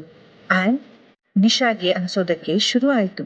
ನಿಶಾ ದಿನ ಸ್ವಾತಿಗೆ ಒಂದಲ್ಲ ಒಂದ್ ರೀತಿ ಟಾರ್ಚರ್ ಕೊಡೋದಕ್ಕೆ ಶುರು ಮಾಡಿದ್ಲು. ಸ್ವಾತಿಗೆ ಆಕ್ಟ್ ಮಾಡೋದಕ್ಕೆ ಸಿಗೋ ಅವಕಾಶಗಳನ್ನ ತನಗ್ ಸಿಗೋ ಹಾಗೆ ಮಾಡ್ತಿದ್ಲು. ಇದೆಲ್ಲ ಗೊತ್ತಾಗ್ತಾ ಇದ್ರು ಮಿಸ್ಟರ್ ಪಟೇಲ್ ತನ್ನ ಮಗಳು ನಿಶಾ ದಿನೇ ದಿನೇ ಬೆಳೆಯೋದನ್ನ ನೋಡಿ ಖುಷಿ ಪಡ್ತಿದ್ರು. ತಾನು ಮಿಸ್ಟರ್ ಪಟೇಲ್ ಹಂಗಲ್ಲಿ ಇದೀನಿ ಅನ್ನೋದನ್ನ ಸ್ವಾತಿ ಯಾವತ್ತೂ ನೆನಪಿಸ್ಕೊಳ್ತಾನೆ ನಿಶಾ ಮಾಡೋದನ್ನ ಸಹಿಸ್ಕೊಂಡಿದ್ಲು. ಆದ್ರೆ ಒಂದಿನ ಸ್ವಾತಿ ನಿಶಾ ಹತ್ರ, ನಿಶಾ, ನಿಂಗೆ ನಾನಂದ್ರೆ ಇಷ್ಟ ಇಲ್ವಾ ಅಂತ ಕೇಳ್ಬಿಟ್ಲು. ಅದಕ್ಕೆ ನಿಶಾ, ನಿನ್ಗೆ ಇನ್ನೊಬ್ಬರ ವಸ್ತುನ್ ಕಿತ್ಕೊಳ್ಳೋ ಅಭ್ಯಾಸ ಇದೆ ಅಲ್ವಾ ಸ್ವಾತಿ, ಇದೇ ವಿಷಯಕ್ಕೆ ನೀನು ನಂಗೆ ಇಷ್ಟ ಆಗಲ್ಲ. ಆದ್ರೆ ಕೇರ್ಫುಲ್, ನನ್ನ ಹತ್ರ ಹಾಗೆ ಮಾಡಕ್ ಬಿಡಲ್ಲ. ನಾನು ಅನ್ಕೊಂಡಿದ್ದೆಲ್ಲ ನನಗೆ ಬೇಕೇ ಬೇಕು, ಮೈಂಡ್ ಇಟ್ ಅಂತ ನೇರವಾಗಿ ಹೇಳಿದ್ಲು ನಿಶಾ. ಸ್ವಾತಿ ಈ ವಿಷಯದ ಬಗ್ಗೆ ನಿಶಾ ಜೊತೆ ಎಷ್ಟೇ ಮಾತಾಡೋಕೆ ಪ್ರಯತ್ನ ಪಟ್ಟರು ನಿಶಾ ಇಗ್ನೋರ್ ಮಾಡ್ತಿದ್ಲು. ಇದೇ ಕಾರಣಕ್ಕೆ ಸ್ವಾತಿ ಮನೆ ಬಿಟ್ಟು ಹೋಗ್ಬೇಕು ಅಂದ್ಕೊಂಡ್ಲು. ಆದ್ರೆ ಮಿಸ್ಟರ್ ಪಟೇಲ್, ನಿಶಾ ಇನ್ನೂ ಚಿಕ್ಕೋಳು, ಅವಳ ಬಗ್ಗೆ ಬೇಜಾರು ಮಾಡ್ಕೋಬೇಡ, ನೀನು ಇಲ್ಲೇ ಇದ್ದು ಅವಳಿಗೆ ಗೈಡ್ ಮಾಡಬೇಕು ಅಂತ ಹೇಳಿ ಸಮಾಧಾನ ಮಾಡಿದ್ರು. ಸ್ವಾತಿನು ಯುವಿಗೋಸ್ಕರ ಇದನ್ನೆಲ್ಲಾ ಸಹಿಸ್ಕೊಂಡ್ಲು. ಯುವಿ ಪ್ರತಿದಿನ ಶೂಟಿಂಗ್ ಆದ್ಮೇಲೆ ಸ್ವಾತಿನ ಪಿಕ್ ಮಾಡ್ತಿದ್ದ. ಅವರಿಬ್ರು ಪ್ರತಿ ಕೆಲಸದಲ್ಲೂ ಒಟ್ಟಿಗೆ ಇರ್ತಿದ್ರು. ಸ್ವಾತಿ ಯುವಿನ ಪ್ರೀತಿಸೋಕ್ ಶುರು ಮಾಡಿದ್ಲು. ಆದ್ರೆ ಯುವಿ ತನ್ನನ್ನ ಪ್ರೀತಿ ಮಾಡ್ತಿದ್ದಾನ ಅನ್ನೋದು ಸ್ವಾತಿಗೆ ಕನ್ಫರ್ಮ್ ಇರ್ಲಿಲ್ಲ. ಇದೇ ಕಾರಣಕ್ಕೆ ಅವಳು ಯಾವತ್ತೂ ಯುವಿಗೆ ತನ್ನ ಪ್ರೀತಿನ ಹೇಳ್ಕೊಂಡಿರ್ಲಿಲ್ಲ. ಯುವಿನೂ ಅಷ್ಟೇ ಸ್ವಾತಿ ಜೊತೆ ಒಳ್ಳೆ ಫ್ರೆಂಡ್ ಆಗೇ ಇದ್ದ. ಹೀಗೆ ಒಂದೊಂದೇ ದಿನ ಕಳೀತಿದ್ರೆ ತನ್ಗೆ ಬರ್ತಿದ್ದ ಅವಕಾಶ ಕಡಿಮೆ ಆಯ್ತು ಅಂತ ಸ್ವಾತಿಗೆ ಗೊತ್ತೇ ಆಗ್ಲಿಲ್ಲ. ಯುವಿ ಧ್ಯಾನದಲ್ಲಿ ಸ್ವಾತಿ ತನ್ನ ಕನಸನ್ನೇ ಮರ್ತಿದ್ಲು. ಇಷ್ಟೆಲ್ಲ ಆದ್ರೂ ಇವತ್ತು ನನ್ ಜೊತೆ ಯುವಿನೇ ಇಲ್ಲ, ನಂಗೆ ನಿಶಾನ ಬಿಟ್ಟು ಇರೋಕ್ಕಾಗಲ್ಲ ಅಂತ ಯುವಿ ಎಷ್ಟು ಈಸಿಯಾಗಿ ಹೇಳ್ದ. ಸ್ವಾತಿ ಯೋಚನೆ ಮಾಡದ್ ನಿಲ್ಸಿ ವಾಸ್ತವಕ್ಕೆ ಬಂದಾಗ ನಿಶಾ ಇನ್ನೂ ರೂಮಲ್ಲೇ ಸ್ವಾತಿ ಮೆಡಿಕಲ್ ಫೈಲ್ ನ ಚೆಕ್ ಮಾಡ್ತಿದ್ಲು. ಇನ್ನು ಏನ್ ಮಾಡ್ತಿದೀಯ ನೀನಿಲ್ಲಿ, ಎಲ್ಲ ಕಿತ್ಕೊಂಡಾಯ್ತಲ್ಲ, ಗೆಟ್ ಲಾಸ್ಟ್ ಅಂತ ಕೋಪದಲ್ಲಿ ಅಂದ್ಲು. ಆದ್ರೆ ನಿಶಾ ಅದಕ್ಕೆ ಡೋಂಟ್ ಕೇರ್ ಅನ್ನೋ ಹಾಗೆ, ಇದೆಲ್ಲ ಬಿಡು ಸ್ವಾತಿ, ನಿಂಗ್ ಒಂದ್ ವಿಷಯ ಹೇಳ, ನಿಂಗ್ ಆಕ್ಸಿಡೆಂಟ್ ಆಗೋ ಹಾಗೆ ಪ್ಲಾನ್ ಮಾಡಿದ್ದೆ ನಾನು. ನೀನ್ ಪ್ರೆಗ್ನೆಂಟ್ ಅಂತ ನಿನಗ್ ಗೊತ್ತಾಗಿ ಆಚೆ ಬರೋಷ್ಟ್ರಲ್ಲಿ ನಂಗೆ ವಿಷಯ ಗೊತ್ತಾಗಿತ್ತು. ಹೇಗೆ ಅಂತ ತುಂಬಾ ಯೋಚನೆ ಮಾಡ್ಬೇಡ, ನಾನು ಬರೀ ನಿಶಾ ಅಲ್ಲ, ಐ ಆಮ್ ನಿಶಾ ಪಟೇಲ್ ಅಂದ್ಲು. ಆ ಮಾತು ಕೇಳಿ ಸ್ವಾತಿ ಎದೆ ಚೂರಿ ಹಾಕ್ದಂಗಾಯ್ತು. ಕಿರುಚ್ತಾ, ನಿಶಾ, ನಿಂಗ್ ದ್ವೇಷ ಇದ್ದಿದ್ದು ನನ್ ಮೇಲೆ. ನನ್ ಮಗು ಏನ್ ಅನ್ಯಾಯ ಮಾಡಿತ್ತು ನಿನ್ಗೆ? ನಿನ್ನೆಲ್ಲ ತಪ್ಪನ್ನ ನಾನು ಕ್ಷಮಿಸಿದ್ದೆ. ಆದ್ರೆ ಇದು ಛೀ, ನೀನ್ ಇಷ್ಟು ಚೀಪಾಗಿ ನಡ್ಕೋತೀಯ ಅಂತ ನಾನ್ ಅನ್ಕೊಂಡಿರ್ಲಿಲ್ಲ. ಸ್ವಾತಿ ಅಳ್ತಾನೆ ಹೇಳಿದ್ಲು. ನಿಶಾ ಫೋನ್ ರಿಂಗ್ ಆಯ್ತು. ಆ ಕಾಲ್ ಯುವಿ ಮಾಡಿದ್ದ. ನಿಶಾ ಫೋನ್ ರಿಸೀವ್ ಮಾಡಿ, ಯಾ ಯುವಿ, ನಾನ್ ಸ್ವಾತಿ ಜೊತೆನೇ ಇದ್ದೀನಿ. ಪಾಪ ಮಗು ಸತ್ತೋಗಿರೋ ಶಾಕ್ಗೆ ಅವಳಿಗೆ ಹುಚ್ಚ ಹಿಡ್ದಿದೆ. ನರ್ಸ್ ಮೇಲೆ ಅಟ್ಯಾಕ್ ಮಾಡಕ್ ಹೋದ್ಲು. ಸೈಕಿಯಾಟ್ರಿಸ್ಟ್ ನ ಮೀಟ್ ಮಾಡ್ಬೇಕು ಅಂತ ಫೈಲಲ್ಲಿ ಬರ್ದಿದ್ದಾರೆ ಅಂದ್ಲು. ಸ್ವಾತಿ ಫೈಲ್ನ ನಿಶಾಯಿಂದ ಕಿತ್ಕೊಂಡು ಓದೋಕೆ ಶುರು ಮಾಡಿದ್ಲು. ಅದರಲ್ಲಿ ಮೆಂಟಲ್ ಇಂಬ್ಯಾಲೆನ್ಸ್ ಅಂತ ಬರ್ದಿತ್ತು. ಅದನ್ನ ಓದಿ ಸ್ವಾತಿಗೆ ಶಾಕ್ ಆಯ್ತು. ಸ್ವಾತಿಗೆ ನರ್ಸ್ ಆ ಫೈಲ್ನ ತೋರಿಸಿದಾಗ ಅಲ್ಲಿ ಆ ಪೇಜ್ ಇರ್ಲಿಲ್ಲ. ನಿಶಾ ಸ್ವಾತಿನ ಮೆಂಟಲ್ ಹಾಸ್ಪಿಟಲ್ಗೆ ಸೇರ್ಸೋಕೆ ಹೀಗೆಲ್ಲ ಸುಳ್ಳು ಹೇಳ್ತಿದ್ದಾಳೆ. ಇದೆಲ್ಲ ಅವಳೇ ಪ್ಲಾನ್ ಮಾಡಿರೋದು ಅಂತ ಗೊತ್ತಾಯ್ತು. ಅವಳು ಅನ್ಕೊಂಡ ಹಾಗೋಗೋಕೆ ನಾನ್ ಬಿಡ್ಬಾರ್ದು, ಹೇಗಾದ್ರೂ ಮಾಡಿ ನಾನು ಇದರಿಂದ ತಪ್ಸ್ಕೋಬೇಕು ಅಂತ ಸ್ವಾತಿ ಮೂರ್ಛೆ ಹೋಗೋ ಹಾಗೆ ನಾಟಕ ಮಾಡಿದ್ಲು. ಅದನ್ನ ನೋಡಿ ನಿಶಾ ಸ್ವಾತಿಗೆ ಹೇಗಿದ್ರು ಎಚ್ಚರ ತಪ್ತು ಅಂತ ನಂಬಿ ಆಚೆ ಬಂದಿದ್ಲು. ಆದ್ರೆ ಆ ದಿನ ಸ್ವಾತಿ ಹಾಸ್ಪಿಟಲ್ ಇಂದ ಯಾರಿಗೂ ಹೇಳ್ದೆ ಓಡೋಗಿದ್ಲು. ನಿಶಾ ವಾಪಸ್ ಬಂದು ನೋಡಿದ್ರೆ ಅಲ್ಲಿ ಸ್ವಾತಿ ಇರ್ಲಿಲ್ಲ, ಅಲ್ಲಿಂದ ಮಾಯ ಆಗಿದ್ಲು. ಅದೆಲ್ಲ ನಡೆದು ಈಗ 5 ವರ್ಷಗಳೇ ಕಳೆದೋದ್ವು. ಅವತ್ತು ಸ್ವಾತಿ ಹಾಸ್ಪಿಟಲ್ ಇಂದ ಎಸ್ಕೇಪ್ ಆಗಿದ್ದಕ್ಕೆ ಇವತ್ತು ಅವಳಿಗೆ ಸ್ಕೈ ಪಬ್ ನಲ್ಲಿ ಜೋರಾಗಿ ಪಾರ್ಟಿ ಮಾಡೋ ಅಷ್ಟು ಫ್ರೀಡಮ್ ಸಿಕ್ಕಿತ್ತು. ಅದು ಇಡೀ ಬೆಂಗಳೂರಲ್ಲೇ ತುಂಬಾ ಫೇಮಸ್ ಪಬ್. ಅಲ್ಲಿಗೆ famous hero, heroine, directors, business men and politicians ಮಕ್ಕಳೆಲ್ಲ ಬರ್ತಿದ್ರು. ಹಳೆ ನೋವಲ್ಲಿ ಸ್ವಾತಿ ತುಂಬಾ ವೋಡ್ಕಾ ಶಾಟ್ಸ್ ಕುಡ್ದಿದ್ರಿಂದ ತಲೆ ಸುತ್ತೋಕೆ ಸ್ಟಾರ್ಟ್ ಆಗಿತ್ತು. ಕೂತ್ಕೊಳ್ಳೋಕೆ ಖಾಲಿ ಚೇರ್ ಹುಡ್ಕೋವಾಗ್ಲೇ ಅವಳಿಗೆ ಅವಳ ಆರ್ಟಿಸ್ಟ್ ಮ್ಯಾನೇಜರ್ ಪ್ರಿಯಾ ಸಿಕ್ಕಿದ್ದು. ಪ್ರಿಯಾ ಸ್ವಾತಿನ ಮೆಲ್ಲಗೆ ಚೇರ್ ಮೇಲೆ ಕೂರಿಸಿ, ನಿನ್ ಜೊತೆ ಸ್ವಲ್ಪ ಮಾತಾಡ್ಬೇಕಿತ್ತು ಸ್ವಾತಿ ಅಂತ ಹೇಳಿದ್ಲು. ಏನಾಯ್ತು ಹೇಳಿ ಪ್ರಿಯಾ ಅಂತ ಸ್ವಾತಿ ಕೇಳಿದ್ಲು. ಆಗ ಪ್ರಿಯಾ, ಹಾ, ನಾಳೆ ನೀನು ಸಂಗಮ ಮೂವಿಗೆ ಆಡಿಷನ್ ಕೊಡ್ತಿದ್ಯಾ ಅಂತ ಕೇಳಿದ್ಲು. ಆಗ ಸ್ವಾತಿ, ಹಾ ಹೌದು, ಅದ್ರ ಬಗ್ಗೆ ಏನ್ ಮಾತಾಡ್ಬೇಕು ಅಂತ ಕೇಳಿದ್ಲು. ನಾಳೆ ನೀನು ಆ ಆಡಿಷನ್ಗೆ ಹೋಗ್ಬೇಡ ಸ್ವಾತಿ ಅಂತ ಪ್ರಿಯಾ ಸ್ವಾತಿಗೆ ಆರ್ಡರ್ ಮಾಡಿದ್ಲು. ಪ್ರಿಯಾ ಸ್ವಾತಿಯ ಮ್ಯಾನೇಜರ್ ಆಗಿದ್ರು ಅವಳು ಮಾರನೇ ದಿನ ಒಂದು ಇಂಪಾರ್ಟೆಂಟ್ ಆಡಿಷನ್ಗೆ ಹೋಗ್ಬಾರ್ದು ಅಂತ ಹೇಳ್ತಿದ್ಲು. ಆದ್ರೆ ಯಾಕೆ, ನಾನ್ ಯಾಕೆ ಹೋಗ್ಬಾರ್ದು ಅಂತ ಹೇಳ್ತೀಯ ಪ್ರಿಯಾ? ಆಶ್ಚರ್ಯದಿಂದ ಕೇಳಿದ್ಲು ಸ್ವಾತಿ. ಬಿಕಾಸ್ ನೀನು ಆಡಿಷನ್ ಬಗ್ಗೆ ಅದಕ್ಕೆ ನೀನು ಹೋಗೋ ಬಗ್ಗೆ ನಂಗೇನು ಹೇಳಿಲ್ಲ. ಅದು ಅಲ್ಲದೆ ಯಾಕೆ ಹೋಗ್ಬಾರ್ದು ಅಂತ ಇವಾಗ ಕೇಳ್ತಿದ್ಯಾ? ನಿಂಗೆ ಗೊತ್ತಾ ಸ್ವಾತಿ, ಕಂಪನಿ ಆಲ್ರೆಡಿ ಈ ರೋಲ್ಗೆ ನಿಶಾನ ರೆಕಮೆಂಡ್ ಮಾಡಿದ್ರು. ಪ್ರಿಯಾ ಸಿಟ್ಟಿಂದ ಹೇಳಿದ್ರು. ಸ್ವಾತಿ ತುಂಬಾ ಕಾನ್ಫಿಡೆಂಟ್ ಆಗಿ, ಕಂಪನಿಗೆ ನಿಶಾ ಮೇಲೆ ಅಷ್ಟು ನಂಬಿಕೆ ಇದ್ರೆ ನಾನ್ ಆಡಿಷನ್ ಕೊಡೋ ಬಗ್ಗೆ ತಲೆ ಕೆಡ್ಸ್ಕೋಬೇಕಿಲ್ಲ. ಆ ರೆಕಮೆಂಡೇಶನ್ ಮೇಲೆ ನಿನ್ಗೆ ಅಷ್ಟು ನಂಬಿಕೆ ಇದ್ರೆ ನಂಗೆ ಯಾಕೆ ಹೋಗ್ಬಾರ್ದು ಅಂತ ಹೇಳ್ತೀಯ ಪ್ರಿಯಾ? ನಿನ್ಗೆ ಆ ನಿಶಾ ರೆಕಮೆಂಡೇಶನ್ ಅಷ್ಟೇ ಸಾಕಾಗಲ್ಲ ಅನ್ನಿಸ್ತಾ? ಅಥವಾ ನಿಶಾಗೆ ನನ್ನಂತ ಹೊಸ ಹೀರೋಯಿನ್ ಅಂದ್ರೆ ಭಯಾನ ಅಂತ ಕೇಳಿದ್ಲು. ಪ್ರಿಯಾ ಸಿಟ್ಟಿಂದ, ಸ್ವಾತಿ, ನೀನು ಮೊದಲು ಆಕಾಶದಲ್ಲಿ ಹಾರೋಡೋದನ್ನ ನಿಲ್ಸು. ನಿಂಗೆ ನೀನು ನಿಶಾಗಿಂತ ಚೆನ್ನಾಗಿ ಆಕ್ಟ್ ಮಾಡ್ತೀಯ ಅನ್ಸತ್ತಾ? ಆ ಭ್ರಮೆಯಿಂದ ಆಚೆ ಬಾ. ಮಿಸ್ಟರ್ ಪಟೇಲ್ ಈ ಮೂವಿಗೆ 30 ಕೋಟಿ ಇನ್ವೆಸ್ಟ್ ಮಾಡಿದ್ದಾರೆ. ಖಂಡಿತ ಈ ರೋಲ್ ನಿಶಾಗೆ ಸಿಗೋದು. ಅಂದ್ಹಾಗೆ ನಾನು ನಿನ್ ಮ್ಯಾನೇಜರ್, ನೀನು ನನ್ಗೆ ಹೇಳ್ದೆ ಯಾವ ಆಡಿಷನ್ಗೂ ಹೋಗೋ ಹಾಗಿಲ್ಲ ಅಂದ್ರು. ಅದಕ್ಕೆ ಸ್ವಾತಿ ಅಣಕಿಸ್ತಾ, ಯಾ ಕರೆಕ್ಟ್, ನಾನು ನಿನ್ನಡಿ ಕೆಲಸ ಮಾಡೋಳು, ನಾನು ಉಸಿರಾಡಕ್ಕೂ ನಿನ್ ಪರ್ಮಿಷನ್ ಬೇಕು ಅಲ್ವಾ ಅಂತ ಕೇಳಿದ್ನಿ. ಆಗ ಪ್ರಿಯಾ ಸಿಟ್ಟಾಗಿ, ನಿನ್ ಜೊತೆ ವಾದ ಮಾಡೋಕ್ಕಾಗಲ್ಲ. ನೀನ್ ಈ ಆಟಿಟ್ಯೂಡ್ ಇಂದಾನೆ ಯಾರಿಗೂ ನಿನ್ ಜೊತೆ ಮೂವಿಲಿ ಕೆಲಸ ಮಾಡೋಕ್ ಇಷ್ಟ ಇಲ್ಲ, ಬಾಯ್ ಅಂತ ಹೇಳಿ ಹೊರಟ್ಲು. ಸ್ವಾತಿ ಅಲ್ಲಿಂದ ಎದ್ದು ವಾಶ್ರೂಮ್ಗೆ ಹೋಗುವಾಗ ಥಟ್ ಅನ್ನೋ ಶಬ್ದ ಆಯ್ತು. ಯಾರು ಹಿಂದೆಯಿಂದ ತನ್ನ ತಲೆಗೆ ಜೋರಾಗಿ ಹೊಡೆದ್ರು ಅನಿಸ್ತು ಅಷ್ಟೇ. ಅಲ್ಲೇ ಪ್ರಜ್ಞೆ ತಪ್ಪಿ ಬಿದ್ಲು. ಎಚ್ಚರ ಆದಾಗ ತಲೆ ತುಂಬಾ ನೋಯ್ತಿತ್ತು. ಏನಾದ್ರೂ ಗಾಯ ಆಗಿದ್ಯಾ ಅಂತ ತಲೆನ ಮುಟ್ಟಿದ್ರೆ ಏನೂ ಆಗಿಲ್ಲ ಅನಿಸ್ತು. ಆದ್ರೆ ನೋವಾಗ್ತಿತ್ತು. ಸುತ್ತಲೂ ನೋಡಿದಾಗ ಗೊತ್ತಾಯ್ತು ಅವಳು ವಾಶ್ರೂಮ್ನಲ್ಲಿಲ್ಲ, ಯಾವುದೋ ಕತ್ತಲೆ ಕೋಣೆಲಿ ಇದ್ದಾಳೆ ಅಂತ. ತಕ್ಷಣ ಎದ್ದು ಆಚೆ ಹೋಗೋಕೆ ನೋಡಿದ್ರೆ ಡೋರ್ ಲಾಕ್ ಆಗಿತ್ತು. ಇದು ಪ್ರಿಯಾ ಕೆಲ್ಸಾನೇ ಅಂತ ಸ್ವಾತಿಗನ್ನಿಸ್ತು. ಯಾರಾದ್ರೂ ಹೆಲ್ಪ್ ಮಾಡ್ಬೋದಾ ಅಂತ ಜೋರಾಗಿ ಕೂಗೋಕೆ ಶುರು ಮಾಡಿದ್ಲು. ಆಮೇಲೆ ಸುತ್ತಮುತ್ತ ಯಾರೂ ಇಲ್ಲ, ನಾನು ಎಷ್ಟೇ ಕೂಗಿದ್ರೂ ವೇಸ್ಟ್ ಅನ್ನೋದು ಗೊತ್ತಾಗಿ ಸುಮ್ಮನಾದ್ಲು. ನಾನು ಮಿತ್ರ ಎಂಟರ್ಟೈನ್ಮೆಂಟ್ಗೆ ಸೇರಿದಾಗಿಂದ ನಿಶಾ ನನ್ನ ವಿರುದ್ಧ ಪ್ಲಾನ್ ಮಾಡ್ತಾನೆ ಇದ್ದಾಳೆ. ಇದೇನು ಹೊಸ್ತಲ್ಲ. ಅದಕ್ಕೆ ನಿಶಾ ಬೇಕಂತಾನೆ ಅವಳ ಫ್ರೆಂಡ್ ಪ್ರಿಯಾನ ನನ್ಗೆ ಮ್ಯಾನೇಜರ್ ಆಗು ಅಂತ ಹೇಳಿದ್ಲು. ಅವಾಗಿಂದ ನನ್ಗೆ ಯಾವ ಅವಕಾಶನೂ ಸಿಕ್ಕಿರ್ಲಿಲ್ಲ. ಆದ್ರೆ ಇವಾಗ ನಾನು ಮುಂಚಿನ ಹಾಗೆ ಇಮೋಷನಲ್ ಅಲ್ಲ ಅಂತ ಗೊತ್ತಾಗಿದೆ. ಅದಕ್ಕೆ ಇಷ್ಟು ಕೀಳ್ ಕೆಲಸ ಮಾಡಿದಾರೆ ಅಂತ ಸ್ವಾತಿ ಯೋಚನೆಯಲ್ಲಿ ಮುಳುಗಿದ್ದಾಗ ಪಕ್ಕದಲ್ಲಿ ಏನೋ ಶಬ್ದ ಕೇಳಿಸ್ತು. ದೇವ್ರೇ, ಇಲಿ ಮಾತ್ರ ಇರೋದ್ ಬೇಡಪ್ಪ. ರೂಮಲ್ಲಿ ಹಳೆ ಪ್ಲಾಸ್ಟಿಕ್ ಬ್ಯಾಗ್ ಡಬ್ಬ ಇರೋದು ನೋಡಿದ್ರೆ ಇದು ಸ್ಕೈ ಪಬ್ನ ಸ್ಟೋರ್ ರೂಮ್ ಅನ್ಸತ್ತೆ ಅಂತ ಸ್ವಾತಿ ಅಂದ್ಕೊಂಡ್ಲು. ಶಬ್ದ ಎಲ್ಲಿಂದ ಬರ್ತಿದೆ ಅಂತ ರೂಮ್ನೆಲ್ಲ ನೋಡುವಾಗ ಅವಳಿಗೆ ಮೂಲೆಯಲ್ಲಿ ಒಬ್ಬ ಚಿಕ್ಕ ಹುಡುಗ ಕಾಣಿಸ್ತ. 5 ವರ್ಷ ವಯಸ್ಸಿರ್ಬೋದು. ಪಾಪ ಭಯದಿಂದ ತುಂಬಾ ನಡುಕ್ತಾ ಇದ್ದ. ಸ್ವಾತಿ ಆಶ್ಚರ್ಯದಿಂದ, ಅರೆ, ಈ ಮಗು ಇಲ್ಲೇನ್ ಮಾಡ್ತಿದೆ? ಯಾರ್ ಮಗು ಇರ್ಬೋದು? ಯಾರ್ದೇ ಆಗ್ಲಿ ಇಷ್ಟ್ ಚಿಕ್ಕ ಮಗುನ ಪಕ್ಯಾಕ್ ಕರ್ಕೊಂಡ್ ಬರ್ಬೇಕು ಅಂದ್ಕೊಂಡು ಮಗುನ ಮಾತಾಡ್ಸೋಕೆ ಪ್ರಯತ್ನ ಪಟ್ಲು. ಪುಟಣಿ, ಯಾರ್ ನೀನು? ಇಲ್ಲೇನ್ ಮಾಡ್ತಿದ್ಯಾ? ಹೇಗ್ ಬಂದೆ ಇಲ್ಗೆ? ನೀನು ನಿಮ್ಮ ಅಪ್ಪ ಅಮ್ಮಂದ ತಪ್ಪಿಸ್ಕೊಂಡ್ ಇಲ್ಲಿಗ್ ಬಂದ್ಯಾ? ಅಥವಾ ಯಾರಾದ್ರೂ ನಿನ್ನ ಇಲ್ಲಿಗೆ ಎತ್ಕೊಂಡ್ ಬಂದ್ರ?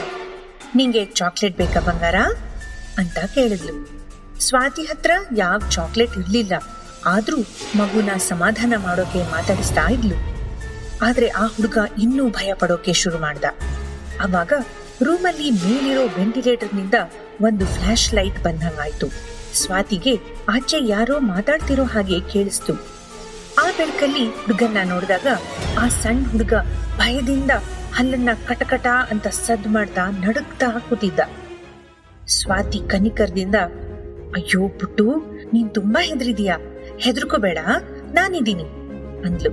ಹೊರಗಡೆ ಇರೋರ್ಗೆ ತನ್ನ ಮಾತು ಕೇಳ್ಸತ್ತಾ ಅಂತ ವಿ ಆರ್ ಸ್ಟಕ್ ಹಿಯರ್ ಅಂತ ಕಿರ್ಚೋಕೆ ಶುರು ಮಾಡಿದ್ಲು. ಸ್ವಾತಿ ಧ್ವನಿ ಕೇಳಿಸಿ ಒಂದ್ ಕ್ಷಣ ಆಚೆ ಮಾತಾಡ್ತಿದ್ದೋರು ಮಾತನ್ನ ನಿಲ್ಸಿ ಮತ್ತೆ ಮಾತಾಡೋಕೆ ಶುರು ಮಾಡಿದ್ರು. ಸ್ವಾತಿ ಮನ್ಸಲ್ಲೇ, ಅಯ್ಯೋ ದೇವ್ರೇ, ಈ ಮಗು ತುಂಬಾ ಹೆದರ್ಕೊಂಡಿದೆ, ಏನಾಗಿರ್ಬೋದು ಈ ಮಗುಗೆ? ಯಾರ್ ಮಗು ಇದು ಅನ್ಕೊಂಡ್ಲು. ಮಕ್ಕಳನ್ನ ಕಂಡ್ರೇನೆ ಮಾರು ದೂರ ಹೋಗೋ ಸ್ವಾತಿ ಈ ಪುಟಾಣಿನ ನೋಡಿ ತುಂಬಾ ಅಫೆಕ್ಷನ್ ಇಂದ ಹತ್ರಕ್ಕೆ ಹೋಗೋದಕ್ಕೆ ಶುರು ಮಾಡಿದ್ಲು. ಆ ಮಗುನ ಮೊದ್ಲು ಸಮಾಧಾನ ಮಾಡ್ಬೇಕು ಅಂತ ಅವಳಿಗೆ ಅನ್ಸೋದಕ್ಕೆ ಶುರು ಆಯ್ತು. ಸ್ವಾತಿಗೆ ಮಗು ಹೆದರಿರೋದನ್ನ ನೋಡಿ ಬೇಜಾರಾಯ್ತು. ಸುಮಾರು 5 ವರ್ಷ ಇರಬಹುದು ಮಗುಗೆ. ಇಲ್ಲಿ ಹೇಗ್ ಬಂದು ಸಿಕ್ಕಾಕೋತೋ ಅನ್ಕೊಂಡ್ಲು. ಸುತ್ತ ಒಮ್ಮೆ ನೋಡಿ ಹೆಲ್ಪ್ ಹೆಲ್ಪ್ ಅಂತ ಎಷ್ಟೇ ಕೂಗಿದ್ರೂ ಯಾರಿಗೂ ಕೇಳಿಸ್ಲಿಲ್ಲ. ಅವಳಿಗೆ ಗೊತ್ತಿತ್ತು ಆಚೆ ಮ್ಯೂಸಿಕ್ ವಾಲ್ಯೂಮ್ ಜಾಸ್ತಿ ಇದೆ, ಆದ್ರಿಂದ ಅವಳು ಕೂಗೋದು ಯಾರಿಗೂ ಕೇಳಿಸಲ್ಲ ಅಂತ. ಮ್ಯೂಸಿಕ್ ನಿಲ್ಲೋವರೆಗೂ ಸುಮ್ಮನೆ ಇರೋದೊಂದೇ ಅವಳಿಗಿರೋ ಆಪ್ಷನ್ ಆಗಿತ್ತು. ಆಲ್ರೆಡಿ ಮಗು ಹೆದರಿದೆ, ಇನ್ನೂ ಅದಕ್ಕೆ ಹೆದರಿಕೆ ಆಗದೆ ಇರ್ಲಿ ಅಂತ ಸ್ವಾತಿ ಮಗು ಹತ್ರ ಸುಮ್ಮನೆ ಬಂದು ಕಣ್ಮುಚ್ಚಿ ಕೂತ್ಲಿ. ಏಟು ಬಿದ್ದಿದ್ರಿಂದ ಅವಳಿಗೆ ತಲೆ ಇನ್ನೂ ನೋವಾಗ್ತಾನೇ ಇತ್ತು. ಅಷ್ಟರಲ್ಲಿ ಅವಳ ಕಾಲ್ ಹತ್ರ ಏನೋ ಬೆಚ್ಚಗಾದಂಗಾಯ್ತು. ಮತ್ತೆ ಇಳಿ ಇರ್ಬೋದು ಅಂತ ಸ್ವಾತಿ ಬೆಚ್ಚಿದ್ಲು. ನೋಡಿದ್ರೆ ಆ ಹುಡುಗ ಅವಳ ಬಟ್ಟೆನ ಹಿಡ್ಕೊಂಡು ಹತ್ರ ಬಂದು ಕೂತಿದ್ದ. ತನ್ ಸ್ಟುಪಿಡಿಟಿಗಿಷ್ಟು ಅಂತ ಸ್ವಾತಿ ಹೇಗೋ ಮಾಡಿ ಬರ್ತಿದ್ದ ನಗುನ ಕಂಟ್ರೋಲ್ ಮಾಡ್ಕೊಂಡ್ಲು. ಆ ಮಗು ಅವಳನ್ನ ಹಾಗೆ ಹಿಡ್ಕೊಂಡಿದ್ರೆ ಸ್ವಾತಿಗೆ ಚಿಕ್ಕ ವಯಸ್ಸಿನಲ್ಲಿ ಅವಳ ಹತ್ರ ಇದ್ದ ಬೆಕ್ಕಿನ ನೆನಪಾಯ್ತು. ಆ ಬೆಕ್ಕು ಕೂಡ ಅಷ್ಟೇ, ಯಾರಾದ್ರೂ ಅದನ್ನ ಮುಟ್ಟೋಕ್ ಹೋದ್ರೆ ತುಂಬಾ ಹೆದರೋದು. ಆದ್ರೆ ಅದ್ರ ಕಡೆ ಯಾರೂ ಗಮನ ಕೊಡ್ಲಿಲ್ಲ ಅಂದ್ರೆ ಮೆಲ್ಲಗೆ ಅವರ ಕಾಲ್ನ ಸುತ್ತೋದು. ಅವಳ ಬೆಕ್ಕು ಹೇಗೆ ಎಕ್ಸ್ಪ್ರೆಷನ್ ಕೊಡ್ತಿತ್ತೋ ಹಾಗೆ ಈ ಮಗುನೂ ಕೂಡ ಪಿಳಿ ಪಿಳಿ ಅಂತ ಸ್ವಾತಿನೇ ನೋಡ್ತಿತ್ತು. ಸ್ವಾತಿಗೆ ಮಕ್ಕಳು ಅಂದ್ರೆ ಇಷ್ಟ ಇರ್ಲಿಲ್ಲ ಅಂತೇನಲ್ಲ, ಇಷ್ಟ ಪಡಬಾರ್ದು ಅಂತ ಸ್ವಾತಿ ತನಗ್ ತಾನೇ ಬೇಲಿ ಹಾಕೊಂಡಿದ್ಲು. ಹಾಗಾಗಿ ಅವಳು ಈಗ ಎಮೋಷನಲಿ ತುಂಬಾ ಸ್ಟ್ರಾಂಗ್ ಆಗಿದ್ಲು. ಇಲ್ಲ ಅಂದ್ರೆ ಅವಳು ಅನ್ಕೊಂಡಿದ್ನ ಅಚೀವ್ ಮಾಡೋಕೆ ಆಗ್ತಿರ್ಲಿಲ್ಲ. ಆದ್ರೆ ಈ ಮಗುನ ನೋಡಿದ್ರೆ ಏನೋ ಪ್ರೀತಿ, ಅನುಕಂಪ, ಪಾಪ ಮಗು ಅಂತ ಅವನ್ ತಲೆ ಸವರಿದ್ಲು. ಆ ಮಗು ತಲೆ ತುಂಬಾ ಬಿಸಿಯಾಗಿ ಸುಡ್ತಿತ್ತು. ಅಯ್ಯೋ ಪುಟ್ಟು, ನಿಂಗ್ ಜ್ವರ ಇದೆ ಅನ್ಸುತ್ತೆ. ಸ್ವಾತಿ ಹಾಗೆ ಹೇಳಿದ್ರು ಮಗು ಏನು ಮಾತಾಡದೆ ಹಾಗೇ ಇತ್ತು. ಆ ಮಗುಗೆ ಭಯ ಸ್ವಲ್ಪ ಕಡಿಮೆ ಆಗಿತ್ತು ಅಷ್ಟೇ. ಸ್ವಾತಿಗೆ ಗೊತ್ತಿತ್ತು ಪ್ರಿಯಾ ನಾಳೆ ಆಡಿಷನ್ ಮುಗಿಯೋವರೆಗೂ ಡೋರ್ ಓಪನ್ ಮಾಡಲ್ಲ ಅಂತ. ಆದ್ರೆ ಅಷ್ಟ್ರಲ್ಲಿ ಮಗುಗೆ ಜ್ವರ ಜಾಸ್ತಿ ಆದ್ರೆ ಅಂತ ಭಯ ಆಗೋಕೆ ಶುರು ಆಯ್ತು. ಹೇಗಾದ್ರೂ ಮಾಡಿ ಮಗುನ ಇಲ್ಲಿಂದ ಆಚೆ ಕಳಿಸ್ಬೇಕು ಅಂತ ಸ್ವಾತಿ ಯೋಚನೆ ಮಾಡೋವಾಗ್ಲೇ ಅವಳಿಗೆ ಆ ರೂಮಲ್ಲಿ ವೆಂಟಿಲೇಟರ್ ಇರೋದು ನೆನ್ಪಾಯ್ತು. ಸ್ಟೋರ್ ರೂಮ್ಗಳಲ್ಲಿ ಗಾಳಿ ಆಡ್ಲಿ ಅಂತ ಮೇಲ್ ಮಾಡಿರೋ ಸಣ್ಣ ಜಾಗ ಅದು. ಅದನ್ನ ನೋಡಿ ಸ್ವಾತಿ, ವೆಂಟಿಲೇಟರ್ ತುಂಬಾ ಚಿಕ್ಕದಿದೆ, ನಾನದ್ರಲ್ಲಿ ಹೋಗಕ್ಕಾಗೋದು ಕಷ್ಟ, ಆದ್ರೆ ಮಗು ಅದರಲ್ಲಿ ಖಂಡಿತ ಆಚೆ ಹೋಗ್ಬೋದು, ಜೊತೆಗೆ ಅದು ನೆಲದಿಂದ ಅಷ್ಟೇನ್ ಎತ್ತರ ಇಲ್ಲ ಅನ್ಕೊಂಡು ಇನ್ನು ಲೇಟ್ ಮಾಡದೆ ತಕ್ಷಣ ಅವಳು ಅಲ್ಲೇ ಇದ್ದ ಡಬ್ಬಗಳನ್ನ ವೆಂಟಿಲೇಟರ್ ಕೆಳಗೆ ಜೋಡಿಸಿ ಆ ಮಗುನ ಹತ್ರ ಬಾ ಅಂತ ಕರೆದ್ಲು. ಪುಟ್ಟ ಬಾಯಿಲಿ, ಇಲ್ಲಿಂದ ಆಚೆ ಹೋಗಕ್ಕೆ ಹೆಲ್ಪ್ ಮಾಡ್ತೀನಿ ಅಂದ್ಲು. ಆ ಹುಡುಗ ಅವಳ ಹತ್ರ ಬಂದ. ಆದ್ರೆ ಆಚೆ ಹೋಗಲ್ಲ ಅಂತ ತಲೆ ಆಡಿಸ್ತಾ ಅಲ್ಲೇ ನಿಂತ್ಕೊಂಡ. ಸ್ವಾತಿಗೆ ಮಗು ಯಾಕೆ ಹಾಗೆ ಹೇಳ್ತಿದೆ ಅಂತ ಅರ್ಥ ಆಯ್ತು. ಸ್ವಾತಿ ನಗ್ತಾನೆ ಮಗುನ ತಬ್ಬಿ, ನೋಡು ಪುಟ್ಟ, ಇವಾಗ ಆಗೋದಿಲ್ಲ ಅಂತ ಹೇಳ್ಬಾರ್ದು. ನೀನಿವಾಗ ಇಲ್ಲಿಂದ ಆಚೆ ಹೋಗದೆ ಇದ್ರೆ ನಾವಿಬ್ರು ಇಲ್ಲೇ ಇರ್ಬೇಕಾಗುತ್ತೆ. ನೀನಿಲ್ಲಿಂದ ಆಚೆ ಹೋದ ತಕ್ಷಣ ಹೆಲ್ಪ್ ಹೆಲ್ಪ್ ಅಂತ ಜೋರಾಗಿ ಕೂಗು, ಯಾರಾದ್ರೂ ಬಂದೇ ಬರ್ತಾರೆ, ಆಯ್ತಾ ಅಂದ್ಲು. ಮಗು ಅದಕ್ಕೆ ತಲೆ ಅಲ್ಲಾಡಿಸಿ ಒಪ್ಪಿದ್ಮೇಲೆ ಸ್ವಾತಿ ಆ ಮಗುಗೆ ಡಬ್ಬ ಹತ್ತೋಕೆ ಹೆಲ್ಪ್ ಮಾಡ್ತಾ, ಪುಟ್ಟ ನೀನ್ ಹೆದರ್ಕೋಬಾರ್ದು, ಆದಷ್ಟು ಬೇಗ ನೀನು ಇಲ್ಲಿಂದ ವೆಂಟಿಲೇಟರ್ನ ಆ ತುದಿಗ್ ಹೋಗಿ ಅಲ್ಲಿ ಹೆಲ್ಪ್ ಅಂತ ಜೋರಾಗಿ ಕೂಗ್ಬೇಕು, ಗೊತ್ತಾಯ್ತಾ ಅಂದ್ಲು. ಮಗು ಡಬ್ಬ ಹತ್ತಿದ್ಮೇಲೆ ಆ ಮಗುನ ಕಾಪಾಡೋದೇ ಅವಳ ಜವಾಬ್ದಾರಿ ಅನ್ನೋ ಹಾಗಿತ್ತು ಅವಳ ಭಾವನೆ. ಮಗು ಹೋಗಿದ್ದನ್ನ ನೋಡಿ ಅವಳಿಗೆ ರಿಲೀಫ್ ಆಗ್ತಾ ಇತ್ತು. ಆದ್ರೂ ಅವಳಿಗಾದ ಏಟ್ನಿಂದ ತಲೆ ಇನ್ನೂ ಜೋರಾಗಿ ನೋವಾಗೋದಕ್ಕೆ ಶುರು ಆಯ್ತು. ತಲೆ ಸುತ್ತಿದ ಹಾಗಾಗಿ ಅವಳು ಅಲ್ಲೇ ಬಿದ್ಲು. ಡಬ್ಬದ ಮೇಲಿದ್ದ ಮಗುಗೆ ಇವಾಗ ಅವಳನ್ನ ಕಾಪಾಡಬೇಕು ಅಂತ ಅನ್ನಿಸ್ತು. ಸ್ವಾತಿ ಬಿದ್ದ ಜಾಗದಿಂದಲೇ ಹೋಗು ಹೋಗು ಬೇಗ ಅಂತ ಕೂಗಿದ್ಲು. ಮಗು ಆ ವೆಂಟಿಲೇಟರ್ ಇಂದ ಆಚೆ ಹೋಗ್ತಿರೋ ಶಬ್ದ ಕೇಳಿ ಅವಳಿಗೆ ಒಂಥರ ಸಮಾಧಾನ ಆಯ್ತು. ಮಗು ಹೋಗ್ತಿದ್ದ ಹಾಗೆ ಮತ್ತೆ ಸ್ವಾತಿಗೆ ತನ್ನ ಹಳೆ ನೆನಪುಗಳು ಕಾಡೋದಕ್ಕೆ ಶುರು ಆಯ್ತು. ಸ್ವಾತಿ ತನಗಾಗ್ತಿರೋ ಮೋಸನ ನೆನ್ಸ್ಕೊಂಡು ತುಂಬಾ ಎಮೋಷನಲ್ ಆದ್ಲು. 5 ವರ್ಷದ ಹಿಂದೆ ನನ್ಗೆ ಆಕ್ಸಿಡೆಂಟ್ ಆಗಿರ್ಲಿಲ್ಲ ಅಂದ್ರೆ ನನ್ ಮಗುನು ಇವಾಗ ಈ ಮಗು ಅಷ್ಟೇ ದೊಡ್ಡವನಾಗಿರ್ತಿದ್ದ, ಅಷ್ಟೇ ಮುದ್ದಾಗಿ ಇರ್ತಿದ್ನಾ ಅಂತ ಯೋಚನೆಗಳು ಒಂದೊಂದೇ ಬರೋದಕ್ಕೆ ಶುರುವಾಯ್ತು. ಸ್ವಾತಿಗೆ ಅಬಾರ್ಷನ್ ಆದ್ಮೇಲೆ ಇದೆಲ್ಲ ಏನೂ ಬೇಡ ಅಂತ ಹೈಯರ್ ಸ್ಟಡೀಸ್ಗೆ ಡೆಲ್ಲಿಗೆ ಹೋದ್ಲು. ಮಿಸ್ಟರ್ ಪಟೇಲ್ ಸ್ವಾತಿಗೆ ದುಡ್ಡಿನ ಸಹಾಯ ಮಾಡ್ತಾನೂ ಇದ್ರು. ಆದ್ರೆ ಸ್ವಾತಿಗೆ ಇನ್ನೂ ಅವ್ರ ಹಂಗಲ್ಲಿರೋಕೆ ಇಷ್ಟ ಇರ್ಲಿಲ್ಲ. ಅದಕ್ಕೆ ಅಲ್ಲಿ ಓದೋದನ್ನ ನಿಲ್ಲಿಸಿ ವಾಪಸ್ ಬೆಂಗಳೂರಿಗೆ ಬಂದು ಒಂದು ಕಾಲ್ ಸೆಂಟರ್ನಲ್ಲಿ ಜಾಬ್ ಮಾಡ್ತಾನೆ ಬೆಂಗಳೂರು ಯೂನಿವರ್ಸಿಟಿಲಿ ಓದೋಕೆ ಶುರು ಮಾಡಿದ್ಲು. ತನ್ನ ಸ್ವಂತ ದುಡ್ಡಿಂದ ಬದುಕೋಕೆ ಶುರು ಮಾಡಿದ್ಮೇಲೆ ಸ್ವಾತಿಗೆ ತಾನು ಎಲ್ಲ ಸಾಧಿಸ್ತೀನಿ ಅನ್ನೋ ನಂಬಿಕೆ, ಧೈರ್ಯ ಬಂತು. ನಿಶಾ ತನ್ನಿಂದ ಏನನ್ನ ಕಿತ್ಕೊಂಡಿದ್ಲೋ ಅದನ್ನೆಲ್ಲ ವಾಪಸ್ ಪಡ್ಕೋಬೇಕು ಅಂತ ಸ್ವಾತಿ ನಿರ್ಧಾರ ಮಾಡಿದ್ಲು. ಆಕ್ಟಿಂಗ್ ಫೀಲ್ಡ್ನಲ್ಲಿ ಏನಾದ್ರೂ ಸಾಧನೆ ಮಾಡಬೇಕು ಅನ್ನೋದೇ ಸ್ವಾತಿಗೆ ಇದ್ದಿದ್ದ ಕನ್ಸು. ಹಿಂದೆ ಅದನ್ನ ಯುವಿಗೋಸ್ಕರ ಬಿಟ್ಟಿದ್ಲು. ಆದ್ರೆ ಇವಾಗ ಮತ್ತೆ ತನ್ನ ಕನಸನ್ನೆಲ್ಲ ಪೂರ್ತಿ ಮಾಡ್ಕೋಬೇಕು ಅಂತ ಅಂದ್ಕೊಂಡಿದ್ಲು. ಸ್ವಾತಿ ಇವಾಗ ಇರೋದ್ನ ಗಳಿಸ್ಕೊಳ್ಳೋಕೆ ತುಂಬಾನೇ ಶ್ರಮ ಪಟ್ಟಿದ್ಲು. ದುಡ್ಡು ಉಳಿಸೋದಕ್ಕೆ ಒಂದೊಂದ್ಸಲ ಬಸ್ಸಲ್ಲಿ ಓಡಾಡಿದ್ರೆ ಮತ್ತೊಂದ್ಸಲ ನಡ್ಕೊಂಡೇ ಓಡಾಡೋಳು. ಯಾವಾಗ್ಲೂ ಮಿಸ್ಟರ್ ಪಟೇಲ್ ಕೊಡಿಸ್ತಿದ್ದ ಬ್ರಾಂಡೆಡ್ ಬಟ್ಟೆನ ಹಾಕಿ ಅಭ್ಯಾಸ ಆಗಿದ್ದ ಸ್ವಾತಿ ಇವಾಗ ಚಿಕ್ಕಪೇಟೆಯಲ್ಲಿ ಕಮರ್ಷಿಯಲ್ ಸ್ಟ್ರೀಟ್ ಅಲ್ಲಿ ಸಿಗೋ ಚೀಪ್ ಬಟ್ಟೆನ ಇಷ್ಟಪಟ್ಟು ಹಾಕೋಳು. ಬಾಡಿಗೆ ಕಟ್ಟಿ ಹಣ ಏನಾದ್ರೂ ಕಡಿಮೆ ಆಯ್ತು ಅಂದ್ರೆ ಸ್ವಾತಿ ಒಂದೊಂದ್ಸಲ ಫುಟ್ಪಾತ್ ಸೈಡಲ್ಲೇ ಊಟ ಮಾಡಿದ್ರೆ ಮತ್ತೊಂದ್ಸಲ ದೇವಸ್ಥಾನದ ಪ್ರಸಾದದಲ್ಲೇ ಹೊಟ್ಟೆ ತುಂಬಿಸ್ಕೋತಿದ್ಲು. ಮನ್ಸಿಗೆ ತುಂಬಾ ಬೇಜಾರಾದಾಗ ಸ್ಯಾಂಕಿ ಟ್ಯಾಂಕ್ ಸುತ್ತ ಓಡಾಡೋಳು. ತಾನು ಪಡ್ತಿದ್ದ ಪ್ರತಿ ಕಷ್ಟದಿಂದ ಸ್ವಾತಿ ದಿನೇ ದಿನೇ ಸ್ಟ್ರಾಂಗ್ ಆಗ್ತಾನೇ ಇದ್ಲು. ಶ್ರಮದಿಂದ ತನಗಿದ್ದ ಟ್ಯಾಲೆಂಟ್ ಮತ್ತು ಸೌಂದರ್ಯದಿಂದ ಸ್ವಾತಿ ಇವತ್ತು ಮಿತ್ರ ಎಂಟರ್ಟೈನ್ಮೆಂಟ್ ನಲ್ಲಿ ಸ್ಥಾನ ಏನೋ ಪಡ್ಕೊಂಡಿದ್ಲು. ಬೆಟರ್ ಲೈಫ್ ಬದುಕ್ತಾ ಇದ್ಲು. ಆದ್ರೆ ಅವಳ ಪ್ರತಿ ಹೆಜ್ಜೆಗೂ ನಿಶಾ ಪ್ರಿಯಾ ಮೂಲಕ ಕಲ್ಲು ಹಾಕ್ತಿದ್ಲು. ಇದೇ ಯೋಚನೆಲೇ ಮುಳುಗಿದ್ದ ಸ್ವಾತಿ ವೆಂಟಿಲೇಟರ್ ಕಡೆ ತಲೆ ಎತ್ತಿ ನೋಡಿ, ಈ ಸಲ ನೀನ್ ಗೆಲ್ಲೋಕೆ ನಾನ್ ಬಿಡಲ್ಲ ನಿಶಾ ಪಟೇಲ್ ಅಂತ ಮನ್ಸಲ್ಲೇ ಅನ್ಕೊಂಡ್ಲು. ಪಬ್ ಮುಚ್ಚಿದ್ರು ಪಬ್ನ ಸ್ಟಾಫ್ ಇನ್ನೂ ಅಲ್ಲೇ ಇದ್ರು. ಅಲ್ಲೊಂದು ದೊಡ್ಡ ಅನಾಹುತ ಆಗಿತ್ತು. ಪಬ್ನ ಸೆಕ್ಯೂರಿಟಿ ಗಾರ್ಡ್ಸ್ ಎಲ್ಲ ಎಲ್ಲಿ ತಮ್ಮನ್ನ ಕೆಲಸದಿಂದ ತೆಗೆದು ಹಾಕ್ತಾರೋ ಅಂತ ತಲೆ ತಗ್ಗಿಸ್ಕೊಂಡು ನಿಂತಿದ್ರು. ಆ ಪಬ್ನಲ್ಲಿ ಆ ದಿನ ವರ್ಧಮಾನ್ ಕಂಪನಿ ಸಿಇಒ ಹರ್ಷ ವರ್ಧಮಾನನ ಒಬ್ಬನೇ ಮಗ ತಪ್ಪಿಸ್ಕೊಂಡಿದ್ದ. ಹರ್ಷ ಏನು ಮಾತಾಡದೆ ಸೈಲೆಂಟ್ ಆಗಿ ಕೂತಿದ್ರು. ಒಳಗೆ ಅವನ ರಕ್ತ ಕುದೀತಿತ್ತು. ಅಲ್ಲಿ ಉಸಿರಾಡೋಕ್ಕೂ ಎಲ್ರಿಗೂ ಭಯ. ಅಷ್ಟು ಸೀರಿಯಸ್ ಆಗಿತ್ತು ಸಿಚುಯೇಷನ್. ಅಷ್ಟು ಜನರ ಮಧ್ಯೆ ರಾಕೇಶ್ ವರ್ಧಮಾನ್ ತಲೆ ಮರೆಸಿಕೊಂಡು ನಿಂತಿದ್ದ. ಹರ್ಷನ ಕೋಪ ಎಂತದ್ದು ಅಂತ ಅವನಿಗೆ ಚೆನ್ನಾಗಿ ಗೊತ್ತಿತ್ತು. ರಾಕೇಶ್ ಮತ್ತೆ ಹರ್ಷ ಇಬ್ರು ಅಣ್ಣ ತಮ್ಮಂದ್ರು.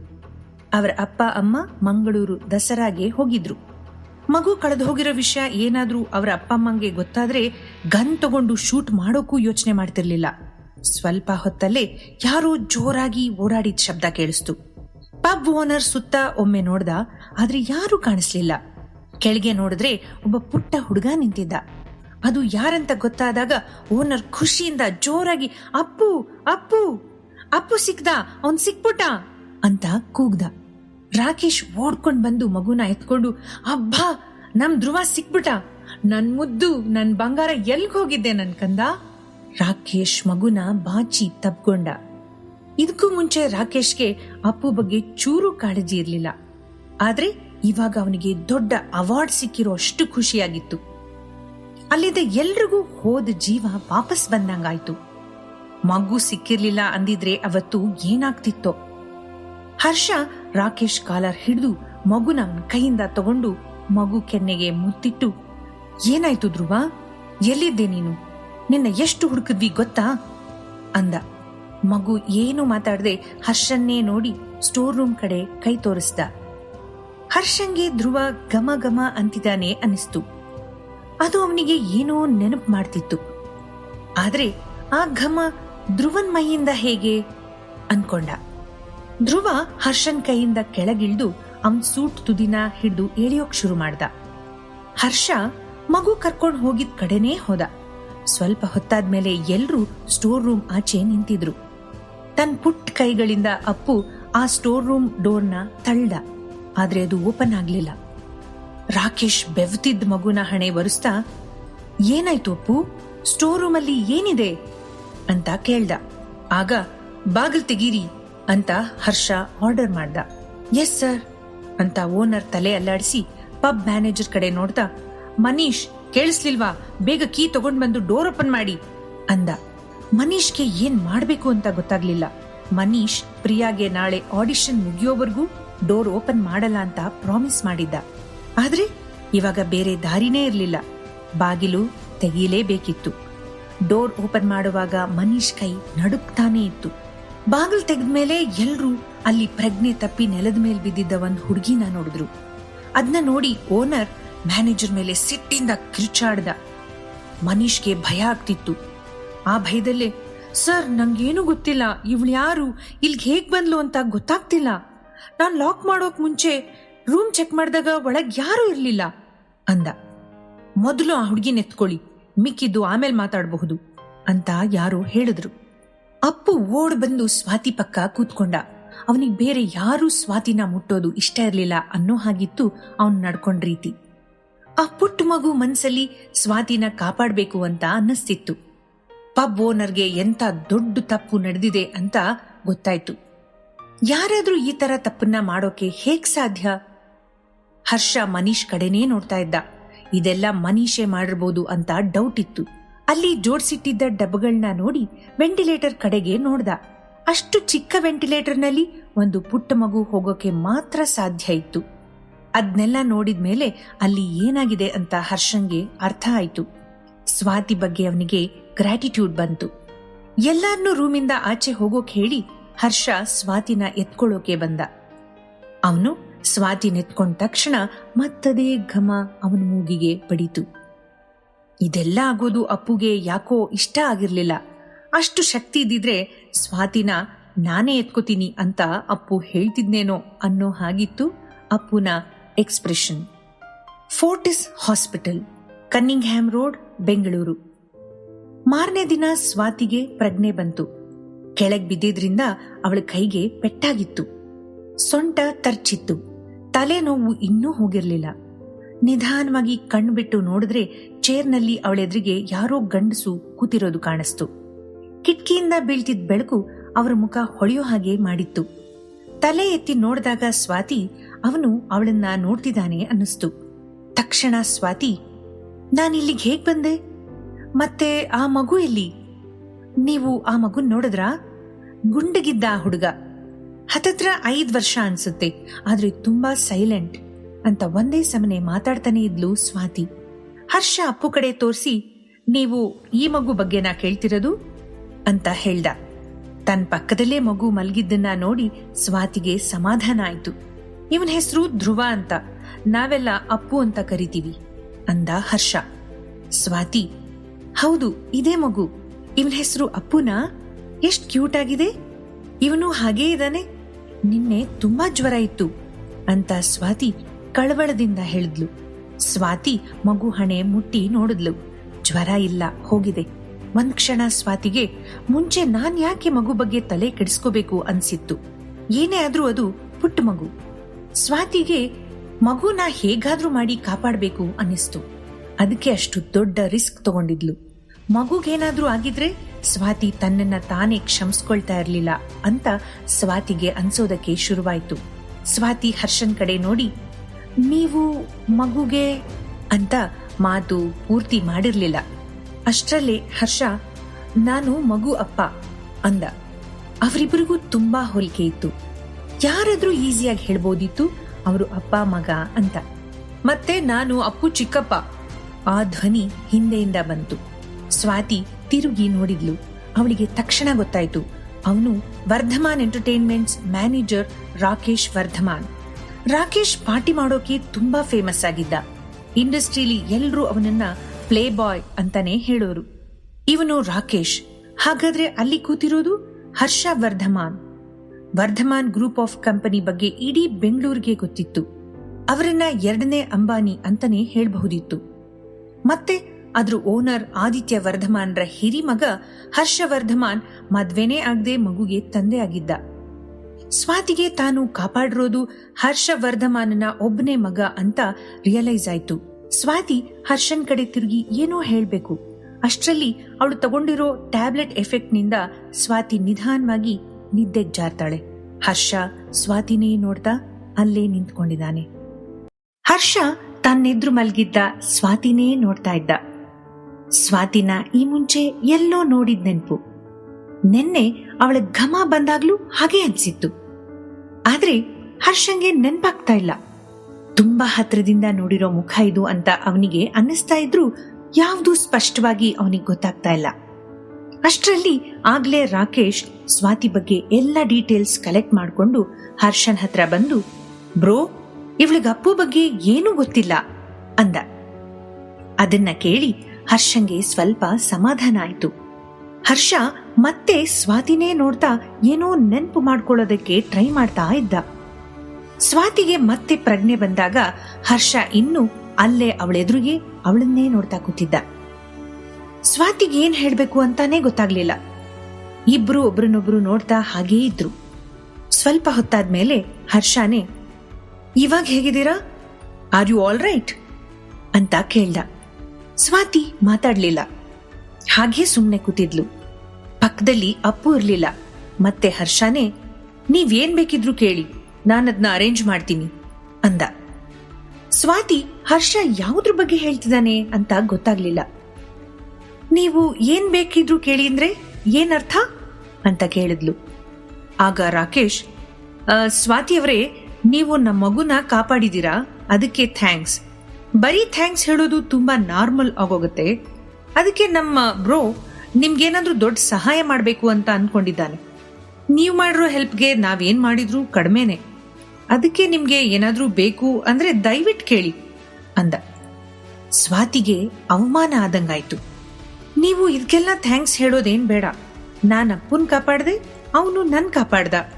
ಅವನಿಲ್ಲ ಅಂದಿದ್ರೆ ನಾನು ಇನ್ನ ಆ ಸ್ಟೋರ್ ರೂಮಲ್ಲೇ ಇರ್ಬೇಕಿತ್ತು. ನನ್ಗೆ ನಿಮ್ಮಿಂದ ಏನು ಬೇಡ ಅಂದ್ಲು. ಸ್ವಾತಿ ಹೀಗ್ ಹೇಳಿದ್ದು ಹರ್ಷಂಗೆ ಇಷ್ಟ ಆಗ್ಲಿಲ್ಲ ಅನ್ಸತ್ತೆ. ಆ ಕೋಪ ಅವನ್ ಕಣ್ಣಲ್ಲಿ ಕಾಣಿಸ್ತಿತ್ತು. ರಾಕೇಶ್ ಹರ್ಷನ್ನ ಗಮನಿಸ್ತಾ ಇದ್ದ. ಅವನ್ ನಡ್ಕೊಂಡಿದ್ ರೀತಿಯಿಂದ ಸ್ವಾತಿಗೆ ತುಂಬಾ ಬೇಜಾರಾಯ್ತು.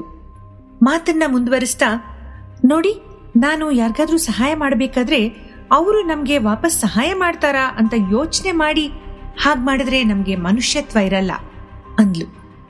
ಸ್ವಾತಿ ಮಾತು ಹರ್ಷನ್ ಕೋಪನ ಇನ್ನೂ ಜಾಸ್ತಿ ಮಾಡ್ತು. ಸಿಚುಯೇಷನ್ ಇನ್ನ ಸೀರಿಯಸ್ ಆಗ್ತಿದೆ ಅಂತ ಅರ್ಥ ಮಾಡ್ಕೊಂಡ ರಾಕೇಶ್, ಬ್ರೋ, ನೀನ್ ಯಾಕೆ ಇಷ್ಟು ಕೋಪ ಮಾಡ್ಕೊಂಡಿದ್ಯಾ? ಇದು ನೀನು ಸ್ವಾತಿಗೆ ಥ್ಯಾಂಕ್ಸ್ ಹೇಳೋ ತರ ಕಾಣಿಸ್ತಿಲ್ಲ. ಅದ್ರ ಬದಲು ಅವಳ ಮೇಲೆ ಏನೋ ಕೋಪ ಇರೋ ಹಾಗೆ ಕಾಣಿಸ್ತಿದೆ. ಕೂಲ್ ಡೌನ್ ಬ್ರೋ ಅಂದ. ರಾಕೇಶ್ ಮಾತಿಗೆ ಹರ್ಷ ಏನು ಹೇಳಲಿಲ್ಲ. ರಾಕೇಶ್ ಎದ್ದು ಸ್ವಾತಿ ಹತ್ರ ಬಂದು, ನೋಡಿ, ನೀವು ತುಂಬಾನೇ ದೊಡ್ಡ ಉಪಕಾರ ಮಾಡಿದೀರಾ. ಅದನ್ನ ನಾವ್ ಯಾವತ್ತೂ ಮರೆಯಲ್ಲ. ನಮ್ ಬ್ರೋ ನಿಮ್ಗೇನಾದ್ರೂ ಮಾಡ್ಬೇಕು ಅಂತ ಇದ್ದಾನೆ. ನೀವ್ ಇಷ್ಟೊಂದು ಫಾರ್ಮಲ್ ಆಗಿರ್ಬೇಡಿ, ಏನ್ ಬೇಕು ಅಂತ ಹೇಳಿ ಅಂದ. ಸ್ವಾತಿ ಮನ್ಸಲ್ಲಿ, ಉಫ್, ಏನಿವ್ರು ನಂಗೇನು ಬೇಡ ಅಂತ ಹೇಳಿದ್ರು ಇಷ್ಟೊಂದು ದಬ್ಬಾಳಿಕೆ ಮಾಡ್ತಿದ್ದಾರೆ ಅಂದ್ಕೊಂಡ್ಲು. ನಿಧಾನವಾಗಿ ಸಮಾಧಾನ ಮಾಡ್ಕೊಂಡು, ನಾನೇನು ಫಾರ್ಮಲ್ ಆಗಿಲ್ಲ, ನಿಜವಾಗ್ಲೂ ನನ್ಗೆ ನಿಮ್ಮಿಂದ ಏನು ಹೆಲ್ಪ್ ಬೇಡ ಅಂದ್ಲು. ಆಗ ಹರ್ಷ, ಅದೆಲ್ಲ ಬಿಡಿ, ನೀವೇನಾದ್ರೂ ಕೇಳಲೇಬೇಕು ಅಂತ ಆರ್ಡರ್ ಮಾಡೋ ಹಾಗೆ ಹೇಳ್ದ. ಆಗ ರಾಕೇಶ್, ಸ್ವಾತಿ, ನಾವು ಅಲ್ಲಿ CCTV ಚೆಕ್ ಮಾಡಿದ್ವಿ. ಅಪ್ಪು ಅವನಾಗೆ ಆ ಸ್ಟೋರ್ ರೂಮ್ಗೆ ಹೋಗಿರೋದು. ಮತ್ತೆ ಮ್ಯಾನೇಜರ್ ಅವನು ಒಳಗಿರೋದು ಗೊತ್ತಿಲ್ಲದೆ ಮಿಸ್ಟೇಕ್ ಆಗಿ ಡೋರ್ ಲಾಕ್ ಮಾಡಿದಾನೆ.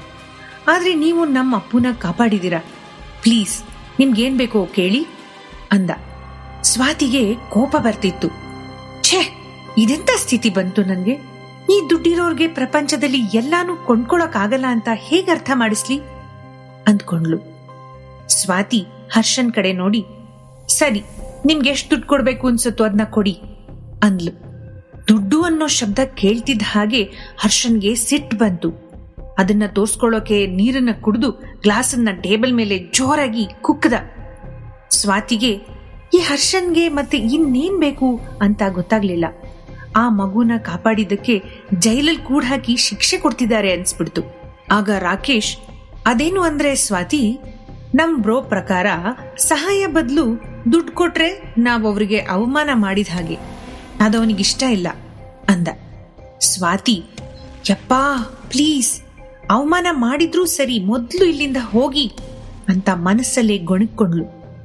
ಸ್ವಾತಿಗೆ ತುಂಬಾನೇ ಕಿರಿಕಿರಿ ಆಗ್ತಿತ್ತು. ಅದೇ ಕೋಪದಲ್ಲಿ, ಅದಕ್ಕೆ ಏನ್ ಮಾಡ್ಬೇಕು ಇವಾಗ, ನೀವೇ ಹೇಳ್ಬಿಡಿ, ನಾನು ಅದನ್ನೇ ಮಾಡ್ತೀನಿ ಅಂತ ಹೇಳಿದ್ಲು. ಅದಕ್ಕೆ ಹರ್ಷ, ನನ್ನ ಮದ್ವೆ ಆಗು ಅಂತ ಸೀರಿಯಸ್ ಆಗಿ ಹೇಳ್ದ. ಆ ಮಾತನ್ನ ಕೇಳಿ ಸ್ವಾತಿಗೆ ಶಾಕ್ ಆಯ್ತು. ಅವಳಿಗೆ ಹರ್ಷನ್ ಮೇಲೆ ಕೂಗಾಡ್ಬೇಕು ಅನ್ನಿಸ್ತು.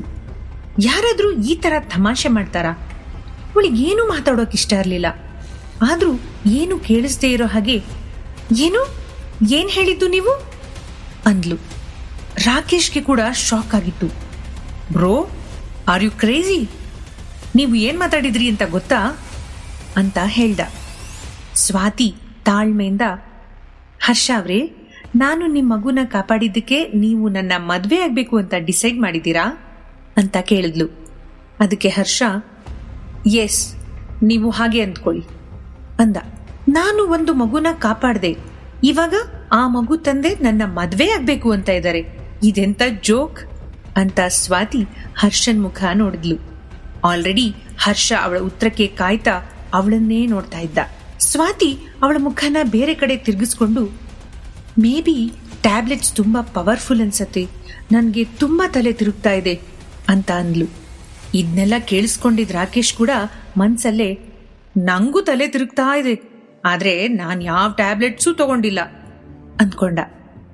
ಇದೇ ಮಾತನ್ನ ಬೇರೆ ಯಾರೇ ಅಂದಿದ್ರು, ಕಡೆ ಪಕ್ಷ ಒಬ್ಬ ಪೊರ್ಕಿ ಹೇಳಿದ್ರು ಕೂಡ ಇಷ್ಟು ಆಕ್ವರ್ಡ್ ಅನ್ಸ್ತಿರ್ಲಿಲ್ಲ. ಆದ್ರೆ ಈ ಮಾತು ಬಂದಿದ್ದು Vardhaman group of industries CEO Harsh Vardhaman ಬಾಯಿಂದ. ಅದಕ್ಕಾಗಿ ಸ್ವಾತಿಗೆ ಸ್ವಲ್ಪ ಇರುಸ್ಮುರ್ಸ್ ಆಗ್ತಾ ಇತ್ತು. ಹರ್ಷ ಒಬ್ಬ ಫೇಮಸ್ ಬಿಸ್ನೆಸ್ ಮ್ಯಾನ್. ಅವನು ಆಲ್ ಆಫ್ ಎ ಸಡನ್ ಹೀಗೆ ಹೇಳ್ದ ಅಂತ ನಂಬೋಕೆ ಕಷ್ಟ ಆಗ್ತಿತ್ತು. ಬೆಂಗಳೂರಲ್ಲಿ ಸಾಕಷ್ಟು ಜನ ಶ್ರೀಮಂತರಿದ್ರು, ಆದ್ರೆ ಹರ್ಷ ಅವರೆಲ್ಲರಿಗಿಂತ ತುಂಬಾ ಡಿಫ್ರೆಂಟ್. ಅವನಿಗೆ ಬೇರೆನೇ ಗತ್ತಿತ್ತು. ಅಷ್ಟೇ ಅಲ್ಲ, ಅವನ ಸಾಧನೆ ಬಗ್ಗೆ, ಅವನ ಬಗ್ಗೆ ಡೈಲಿ ನ್ಯೂಸ್ ಪೇಪರಲ್ಲಿ ಬರೀತಾನೆ ಇದ್ರು. ಹರ್ಷನ್ ಹಾಗೆ ಇನ್ನೊಬ್ರು ಇರೋಕೆ ಸಾಧ್ಯ ಇಲ್ಲ. ಅವನು ಮದ್ವೆ ಆಗ್ತಾನೆ ಅಂದ್ರೆ ಟಾಪ್ ಸೆಲೆಬ್ರಿಟೀಸ್, ಬಿಸ್ನೆಸ್ ಮ್ಯಾನ್ ಮಕ್ಕಳು ಕ್ಯೂನಲ್ಲಿ ನಿಲ್ತಿದ್ರು. ಅಂಥದ್ರಲ್ಲಿ ಅವನು ಹೀಗ್ ಮಾತಾಡೋಕ್ ಹೇಗ್ ಸಾಧ್ಯ ಅಂತ ಸ್ವಾತಿ ಯೋಚನೆಗೆ ಬಿದ್ಲು. By the way mister Harsha, ನಾನು ನಿಮ್ ಬಗ್ಗೆ ನ್ಯೂಸ್ ಪೇಪರಲ್ಲಿ ಓದಿದ್ದೀನಿ. ಬ್ಯಾಂಗ್ಳೂರ್ ಮಿರರ್ನಲ್ಲಿ ನಿಮ್ಗೆ ಹುಡುಗರ ಮೇಲ್ ಮಾತ್ರ ಆಸಕ್ತಿ ಅಂತ ಬರ್ದಿತ್ತು, ಅದು ನಿಜಾನಾ? ಅದಕ್ಕೆ ನೀವು ಕಾಂಪ್ರಮೈಸ್ ಆಗಿ ನನ್ನ ಮದ್ವೆ ಆಗುವಂತ?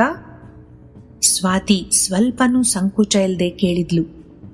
ಇದನ್ನ ಕೇಳಿ ರಾಕೇಶ್ ನಗೋದಕ್ಕೆ ಶುರು ಮಾಡ್ದ. ಹರ್ಷ ಅವನ ಕೈನ ಮುಷ್ಟಿ ಮಾಡಿ ಬಿಗಿ ಹಿಡ್ದ. ನೋಡಿದ್ರೆ ಗೊತ್ತಾಗ್ತಿತ್ತು ಹರ್ಷಂಗೆ ಕೋಪ ಬಂದಿದೆ ಅಂತ. ಸ್ವಲ್ಪ ಹೊತ್ತಾದ್ಮೇಲೆ ರಾಕೇಶ್ ಸ್ವಾತಿ ಕಡೆ ನೋಡಿ, ಮಿಸ್ ಸ್ವಾತಿ, ಇದೆಂತ ಪ್ರಶ್ನೆ? ನಮ್ ಬ್ರೋಗೆ ಆತರ ಹುಡುಗರನ್ನ ಇಷ್ಟಪಡ್ತಾ ಇದ್ರೆ ಅಪ್ಪು ಹೇಗ್ ಹುಟ್ಟೋಕ್ ಸಾಧ್ಯ ಹೇಳಿ ಅಂದ. ಅದಕ್ಕೆ ಸ್ವಾತಿ, ಅವರು ಯಾರೋ ಬಾಡ್ಗೆ ತಾಯಿಯಿಂದ ಅಥವಾ IVF ಮಾಡಿ ಮಗುನ ಪಡ್ಕೊಂಡಿರ್ಬೋದು ಅಂತ ಮೆಲ್ಲಗೆ ಮಾತಾಡಿದ್ಲು. ಅದಕ್ಕೆ ರಾಕೇಶ್, ಸ್ವಾತಿ, ನಮ್ ಬ್ರೋಗೆ ಹುಡುಗ ಅಂದ್ರೆ ಇಷ್ಟ ಇದ್ದಿದ್ರೆ ನಿಮಗೆ ಯಾಕೆ ಪ್ರಪೋಸ್ ಮಾಡ್ತಿದ್ದ ಅಂದ. ಅದಕ್ಕೆ ಕೇಳಿದ್ದು ನಾನು, ಮೇ ಬಿ ಅವರಿಗೆ ಹುಡುಗರನ್ ಕಂಡ್ರೆ ಇಷ್ಟ ಅನ್ನೋದನ್ನ ಮುಚ್ಚಿಡೋಕೆ ಹಾಗೆ ಕೇಳಿದ್ರು ಅನ್ಸತ್ತೆ ಅಂತ ಹೇಳಿ ಸ್ವಾತಿ ಹರ್ಷನ್ ಕಡೆಗೆ ನೋಡಿದ್ಲು. ರಾಕೇಶ್ ನಗ್ತಾ, ಬ್ರೋ, ಇನ್ನು ನಾನು ನಿನ್ನ ವಹಿಸ್ಕೊಂಡ್ ಮಾತಾಡೋಕ್ ಹೋಗಲ್ಲ, ಇನ್ನೆಲ್ಲ ನಿನ್ಗೆ ಬಿಟ್ಟಿದ್ದು ಅಂದ. ಸ್ವಾತಿ ಹರ್ಷನ್ ಕಡೆ ನೋಡ್ತಾ, ಮತ್ತೆ ನಿಮ್ಗೆ famous fashion designer Akul Reddy ಜೊತೆ ಅಫೇರ್ ಇದೆ ಅಂತ ಜನ ಮಾತಾಡ್ತಾರೆ, ಹೌದಾ ಅಂತ ಕೇಳಿದ್ಲು. ತುಂಬಾ ಹೊತ್ತಿಂದ ಹರ್ಷ ಏನೂ ಮಾತಾಡದೆ ಅವರಿಬ್ರು ಮಾತಾಡೋದನ್ನೇ ಕೇಳ್ತಾ ಇದ್ದ. ಅವನೆದ್ದು ರಾಕೇಶ್ ಹತ್ರ ಬಂದು ಅವನ್ ಕೋಟ್ನ ಕೈಗೆ ಕೊಡ್ತಾ, ರಾಕಿ, ನೀನೀಗಿಲ್ಲಿಂದ ಹೊರಡು ಅಂದ. ರಾಕೇಶ್ಗೆ ಶಾಕ್ ಆಯ್ತು. ಗಾಬರಿಯಿಂದ, ಯಾಕೆ ಬ್ರೋ, ಏನ್ ಮಾಡ್ತೀಯಾ ಅಂತ ಕೇಳ್ದ. ಹರ್ಷ ಅವನ್ ಕೈ ತೋಳನ್ನ ಮೇಲಕ್ ಮಡಚ್ತಾ, ನಿಜವಾಗ್ಲೂ ನನ್ಗೆ ಯಾರನ್ನ ಕಂಡ್ರೆ ಇಷ್ಟ ಅಂತ ಇವಳಿಗೆ ಹೇಳ್ತೀನಿ ಅಂದ. ರಾಕೇಶ್ ನಗ್ತಾ, ಇನ್ನೆಲ್ಲ ನಿಂಗ್ ಬಿಟ್ಟಿದ್ದು ಬ್ರೋ, ಬಾಯ್ ಅಂತ ಹೇಳಿ ಅಲ್ಲಿಂದ ಹೊರಟು ಹೋದ. ಸ್ವಾತಿಗೆ ಹರ್ಷ ಹಾಗೆ ಆಡೋದ್ನ ನೋಡಿ ಭಯ ಆಯ್ತು. ಹರ್ಷ ಯಾಕೆ ಕೈ ತೋಳನ್ ಮಡಚ್ತಾ ಇದ್ದಾನೆ ಅಂತ ಅನುಮಾನ ಬಂತು.